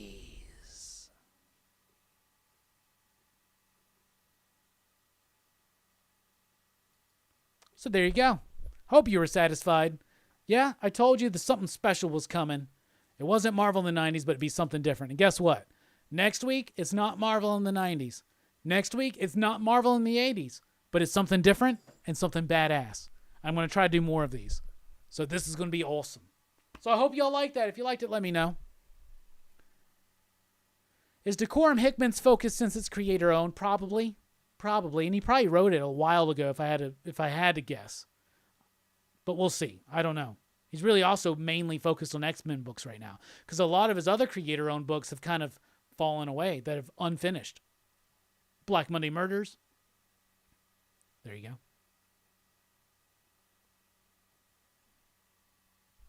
Eric says, calling it now, Marvel in the 80s needs to happen. Here's the idea, Eric. Marvel in the 90s, Marvel in the 80s, Marvel in the 70s, Marvel in the 60s. Hell, let's go back to the fucking 40s if you want. But what about DC in the 70s? What about Image in the 90s?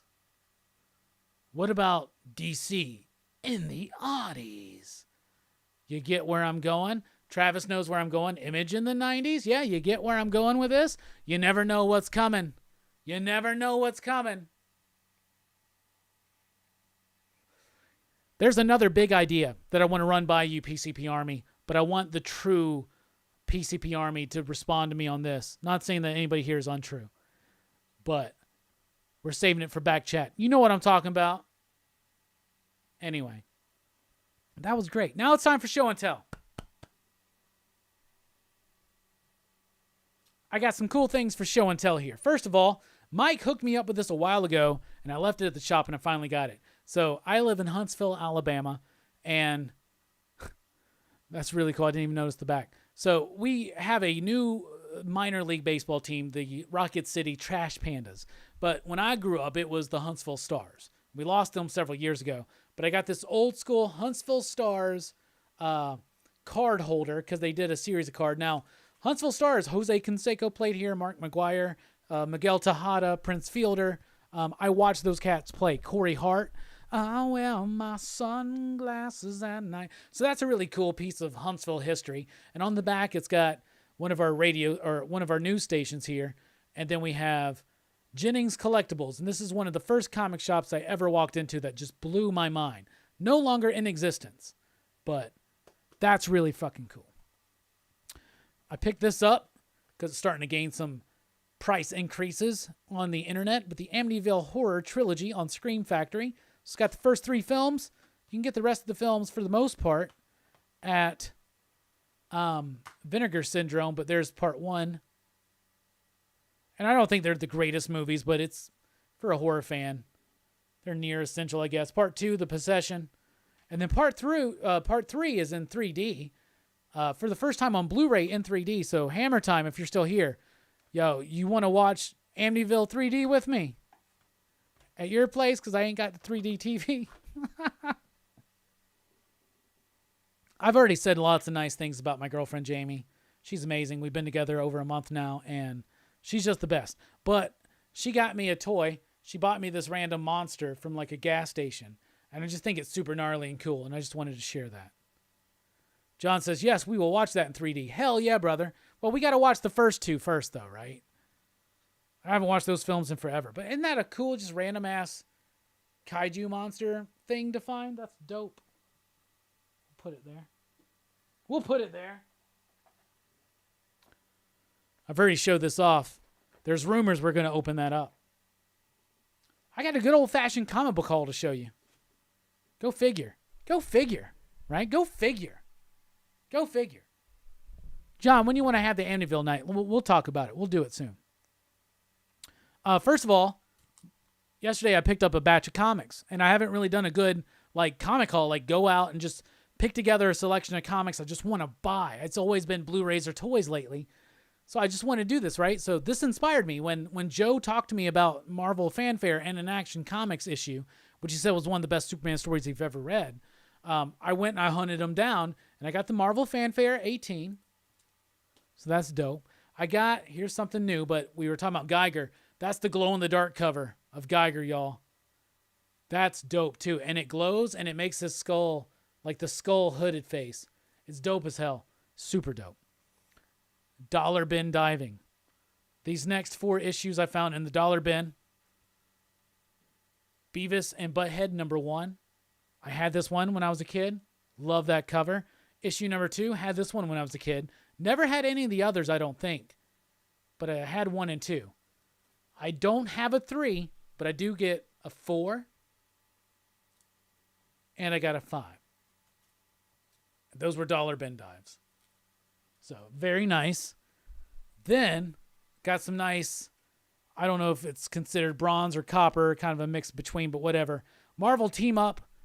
Why? Because Spider-Man and Mr. Fantastic. Great cover, and I haven't read this one yet, so be expecting a Marvel in the 80s. You get what I'm saying? Now, I'm trying to get all the Fantastic Four books. I got a lot of them. But I'm also I decided I wanted to get all the Thing solo series, and I wanted to get all of Marvel 2-in-1. So I got a 2 not too long ago, I think. I don't think I have a 1. But I did pick up a 3, which is Thing and Daredevil. These are Thing team-up books, basically. So I got a 3. I got a 4, Captain America. I got a 6, Doctor Strange. And continuing the journey on getting every Fantastic Four issue, I hadn't bought a new one in a long time, so I picked up a cheaper one. Picked up 132. Didn't have this issue, but now I do. So there's some comics. And let's show off some toys. Here's a toy I've showed off before, but there's my Sentinel toy from the X-Men Toy Biz line. It's a great figure.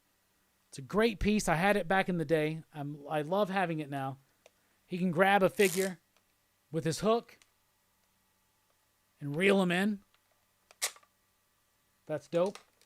He can fire off his fist as a weapon. So that's dope. Your characters can hit him in the knees and bust his feet off, which causes him to fall. So, right, great playability. And if you hit him in the head, you break his chest open. And also in his chest, there's a place to have a capture, a captee. Who is the prisoner who we are about to... Who's going to do it? How about the Jamie Monster? The Jamie Monster is going to save whoever's held captive by the Sentinel. Who is it? Who did the Jamie Monster save? Spider-Man. That's a Spider-Man from the Toy Biz line. You know I love my Toy Biz 90s. There's a great Spider-Man. This was one of the first Spider-Man toys I had outside of the Secret Wars ones. He has the suction cup hands. But I just love this design. It feels so classic. I love when action figures were like this. Like, I love the more evolved ones that we can get nowadays. I love how great they are, but there's something about these classic-looking figures that are so nostalgic to me. So I wanted to highlight that. And, yeah, we're going to open up this Jason. This is a Funko. Is it Funko? Yeah. Savage World, Friday the 13th, Jason Voorhees. Just like this Freddy, they're meant to be like Masters of the Universe figures. Pinhead's over there. Freddy's there. Mike's up there. See Mike? Now I got Jason. Now all I need is the Leatherface. All I need is the Leatherface to have the complete, but we're going to open up the Jason. Got this at the Huntsville Comic and Pop Culture Expo. He comes with a bone axe and like a bone machete, I think. Yeah. Nice. I'm so pumped for these. Because I got the Snake Mountain, and I got the Slime Pit, and I got Castle Grayskull, and I got a lot of Motu figures, and these go right along with them. So there it is. Look at that. It's like zombified Jason. He fits right in with the Motu line. It's a brilliant figure. You get a little bit of the face action. I wish we could have gotten like a removable mask feature. That would have been cool, but we didn't. But he does have, like I said, a bone machete and a bone axe. So that's perfect for him. Mike's got his two, like, kitchen knives. Freddy's got his glove. The Leatherface one comes with a chainsaw and a mallet you can put on his hand. So there you go. Pretty dope. We're going to put him next to Freddy. Sorry, Chucky. In fact, let's move Freddy over and let Jason reign supreme for a moment. Next to Darkseid and the Jamie Monster. So there you go. And my Spawn #1 newsstand edition. So that's the conclusion of Show and Tell. Nice, good comic book haul. A little bit of Blu-rays, some action figures, an unboxing. Hell yeah. There's rumors we may be unboxing a Spawn figure later on. Anyway, that's the show. Thank you guys so much for checking out the channel. We really do appreciate it. Let us run through the announcements one more time. Thursday night, 6 p.m. Central Time, I believe, on Comics with Bueller. Join me, Bullseye Bob, Bueller himself, and Dylan from Dylan's Horror Show for our live stream of the best comics of the month. You love it. You know it. We're getting ready for it. PCP Movie Night rolls on through Friday night, 9 p.m. Central Time. Mallrats with special guest Joe Corallo. Dylan's Horror Show on Saturday. We're talking about Eli Roth. We love you. Thank you so much, PCP Army. You are worth it. We love you so much. Thank you for everything. Thank you for the super chats. Thank you for the supports. Join us on the PCP Army and everybody one more time. Hammer Time Whole Shoe Station. Happy birthday. You're worth it. Thanks for rocking with us.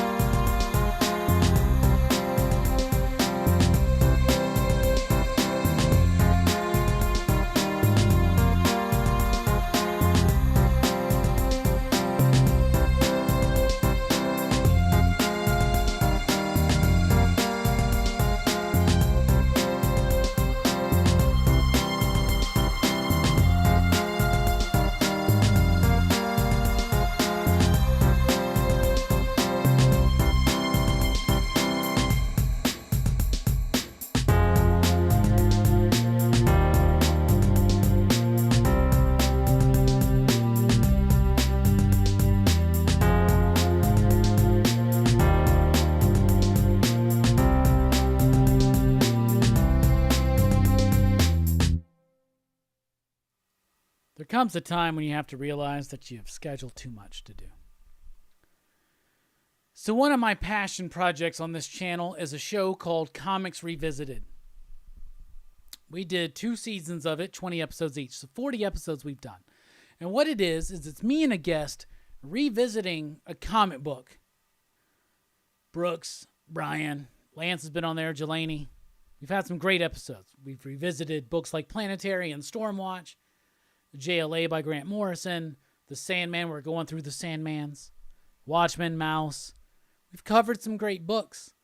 And we have a whole lineup planned for season 3. One of the reasons why I created the new studio was to do season 3. But I got to be honest, it just ain't going to happen with the schedule the way it is. So here's what I want to put across to you, the PCP Army. Speaking of Jim Mint, what's up? Jim Mint's back. I want to do Comics Revisited as a more regular show, but there's no way to do it. Like, we get together, we focus on all these books. Everybody, we got the lineup for season 3. And we read the books and we get together and we film the video and I cut it together and I edit it with a bunch of images and whatever. And I don't like editing videos. And we just don't got the time to do it anymore. But I want to do it. So I'm thinking about bringing Comics Revisited Season 3 in as a live show. Think of it like PCP Movie Night, but about comic books. Like a Book of the Month club.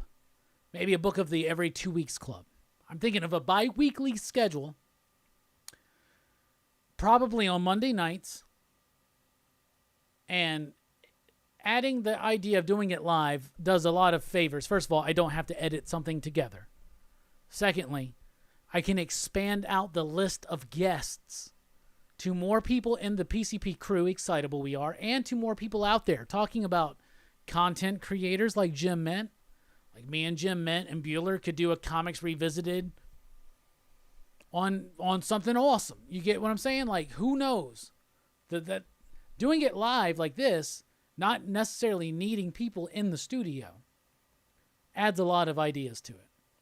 And it gets you involved too, which I really, really like. So right now, I just kind of want to know, yay or nay, should Comics Revisited continue on as a live show with multitudes of guests, meaning members of the crew, excitable we are, PCP, other content creators on YouTube, like, say, Bueller, Bullseye Bob, Jim Mint, Dylan, Jay Strick, so many other people.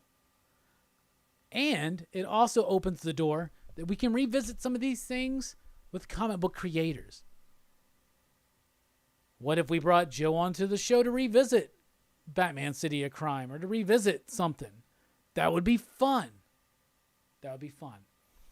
Jim Mint says always down. We need to do a podcast, though. That's easy. We just got to set it up, and you just take the live thing and you just immediately put it up as a podcast. That's easy. We can do that. I think you could do both.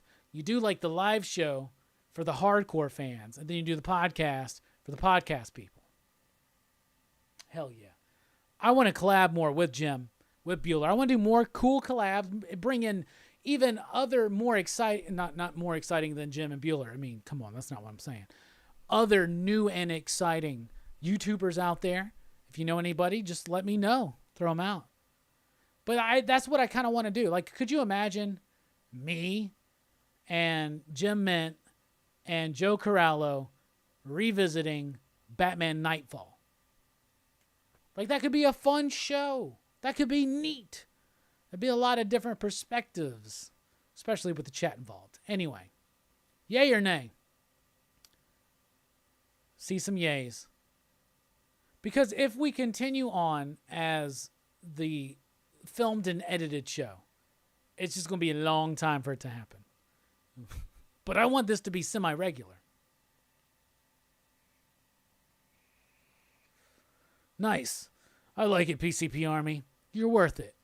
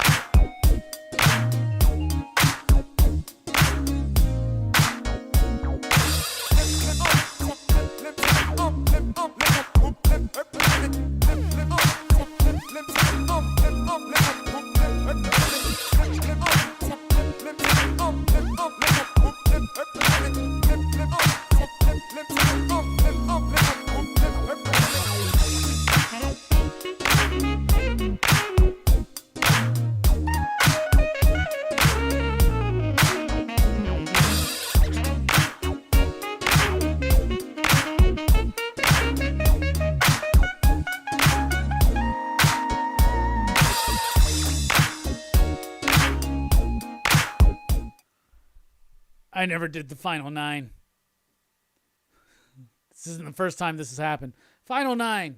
Going through my Marvel Universe Series 2 trading cards. I told you the first one's going to be a banger. Night Thrasher. Did you know? Night Thrasher formed and now leads the young team of heroes called the New Warriors. Yeah, I knew that. Come on. Puck. Look at that beefy-ass Puck. What the shit, Marvel? Did you know? Puck is a highly accomplished bullfighter. No, I didn't. I've never, is that from the John Byrne Alpha Flight? I've never read that shit. I want to. Union Jack. I forgot about that early 90s costume for Union Jack. Look at that. Did you know? The current Union Jack's first battle was against the very creature that crippled and ended the career of the original Union Jack. I did not know that. Or I didn't remember it from the last time I read that card. Quicksilver's next. We got some WandaVision stars coming up. We already had White Vision. Did you know? Quicksilver's sister is the heroine known as the Scarlet Witch, and their father is the evil mutant known as Magneto. Yes, I did know that. Plus, you're wrong about the Magneto being their father bit now, right? They changed that. Speaking of Scarlet Witch, she's the next card. Beautiful card. There's a lot of, I don't know why Series 2 doesn't get as much love. I think it's those borders. Those borders are rather unattractive. I'll be honest with you. But the art is good. By the way, did you know? The Scarlet Witch is the sister of the mutant hero called Quicksilver. Weird stretch. You couldn't come up with two more interesting facts than the fact that they're fucking brother and sister. They didn't even mention the fucking Magneto thing. Oh, they're like, oh, that's redundant in the last one. We just said that Quicksilver. Whatever. Havoc. I love that Havoc costume. That's my Havoc right there. That's my Havoc. Did you know? Havoc is immune to the optic blast of his older brother Cyclops, just as Psyche is unaffected by Havoc's plasma blast. Yes, I did know that. It's the Summer Brothers thing. Vulcan's a part of that. And I guess Extreme's a part of that too. Yeah, X-Men Legends, man. And yeah, man, big fan of this costume. And I applaud that they say Psyche. Some Mark Bagley gold. It's Iron Fist. Look at that. Mark Bagley did the Night Thrasher card too. Let's show that again. Mark Bagley was my favorite artist at this time. So Iron Fist, did you know? Iron Fist was once the partner of the hero named Luke Cage, also known as Power Man. Everybody knows that now. Then we got Adam Warlock. Look at that. Interesting card. This reminds me of the, what is it? Is it the Seven of Wands? Or is it the Six of Wands?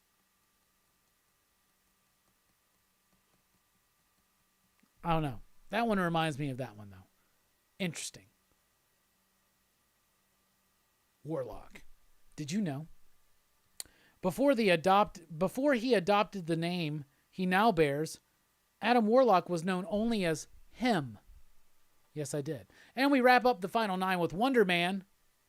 Love me some Wonder Man shortly before he dies here. Wonder Man, by the way, has got maxed out strength and stamina levels. Look at that shit. Maxed out, brothers. Adam Warlock is maxed out on speed. That sounds funny. Did you know Wonder Man is the younger brother of Eric Williams, also known as the Fiendish Grim Reaper? I did know that. Hey, Night Thrasher's here. Nice Night Thrasher. Thank you. Thank you for being here. You're my favorite card in the set. Station.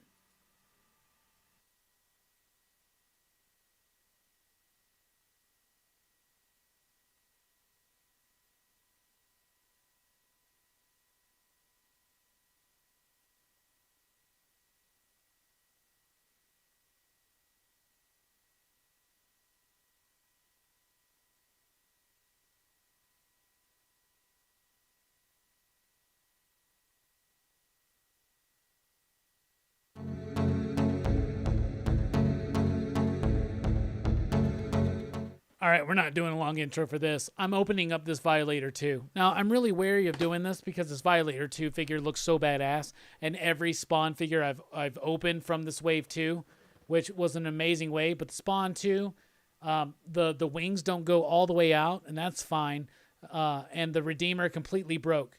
So I'm really nervous to open up this Violator, but fuck it, we're going to do it anyway.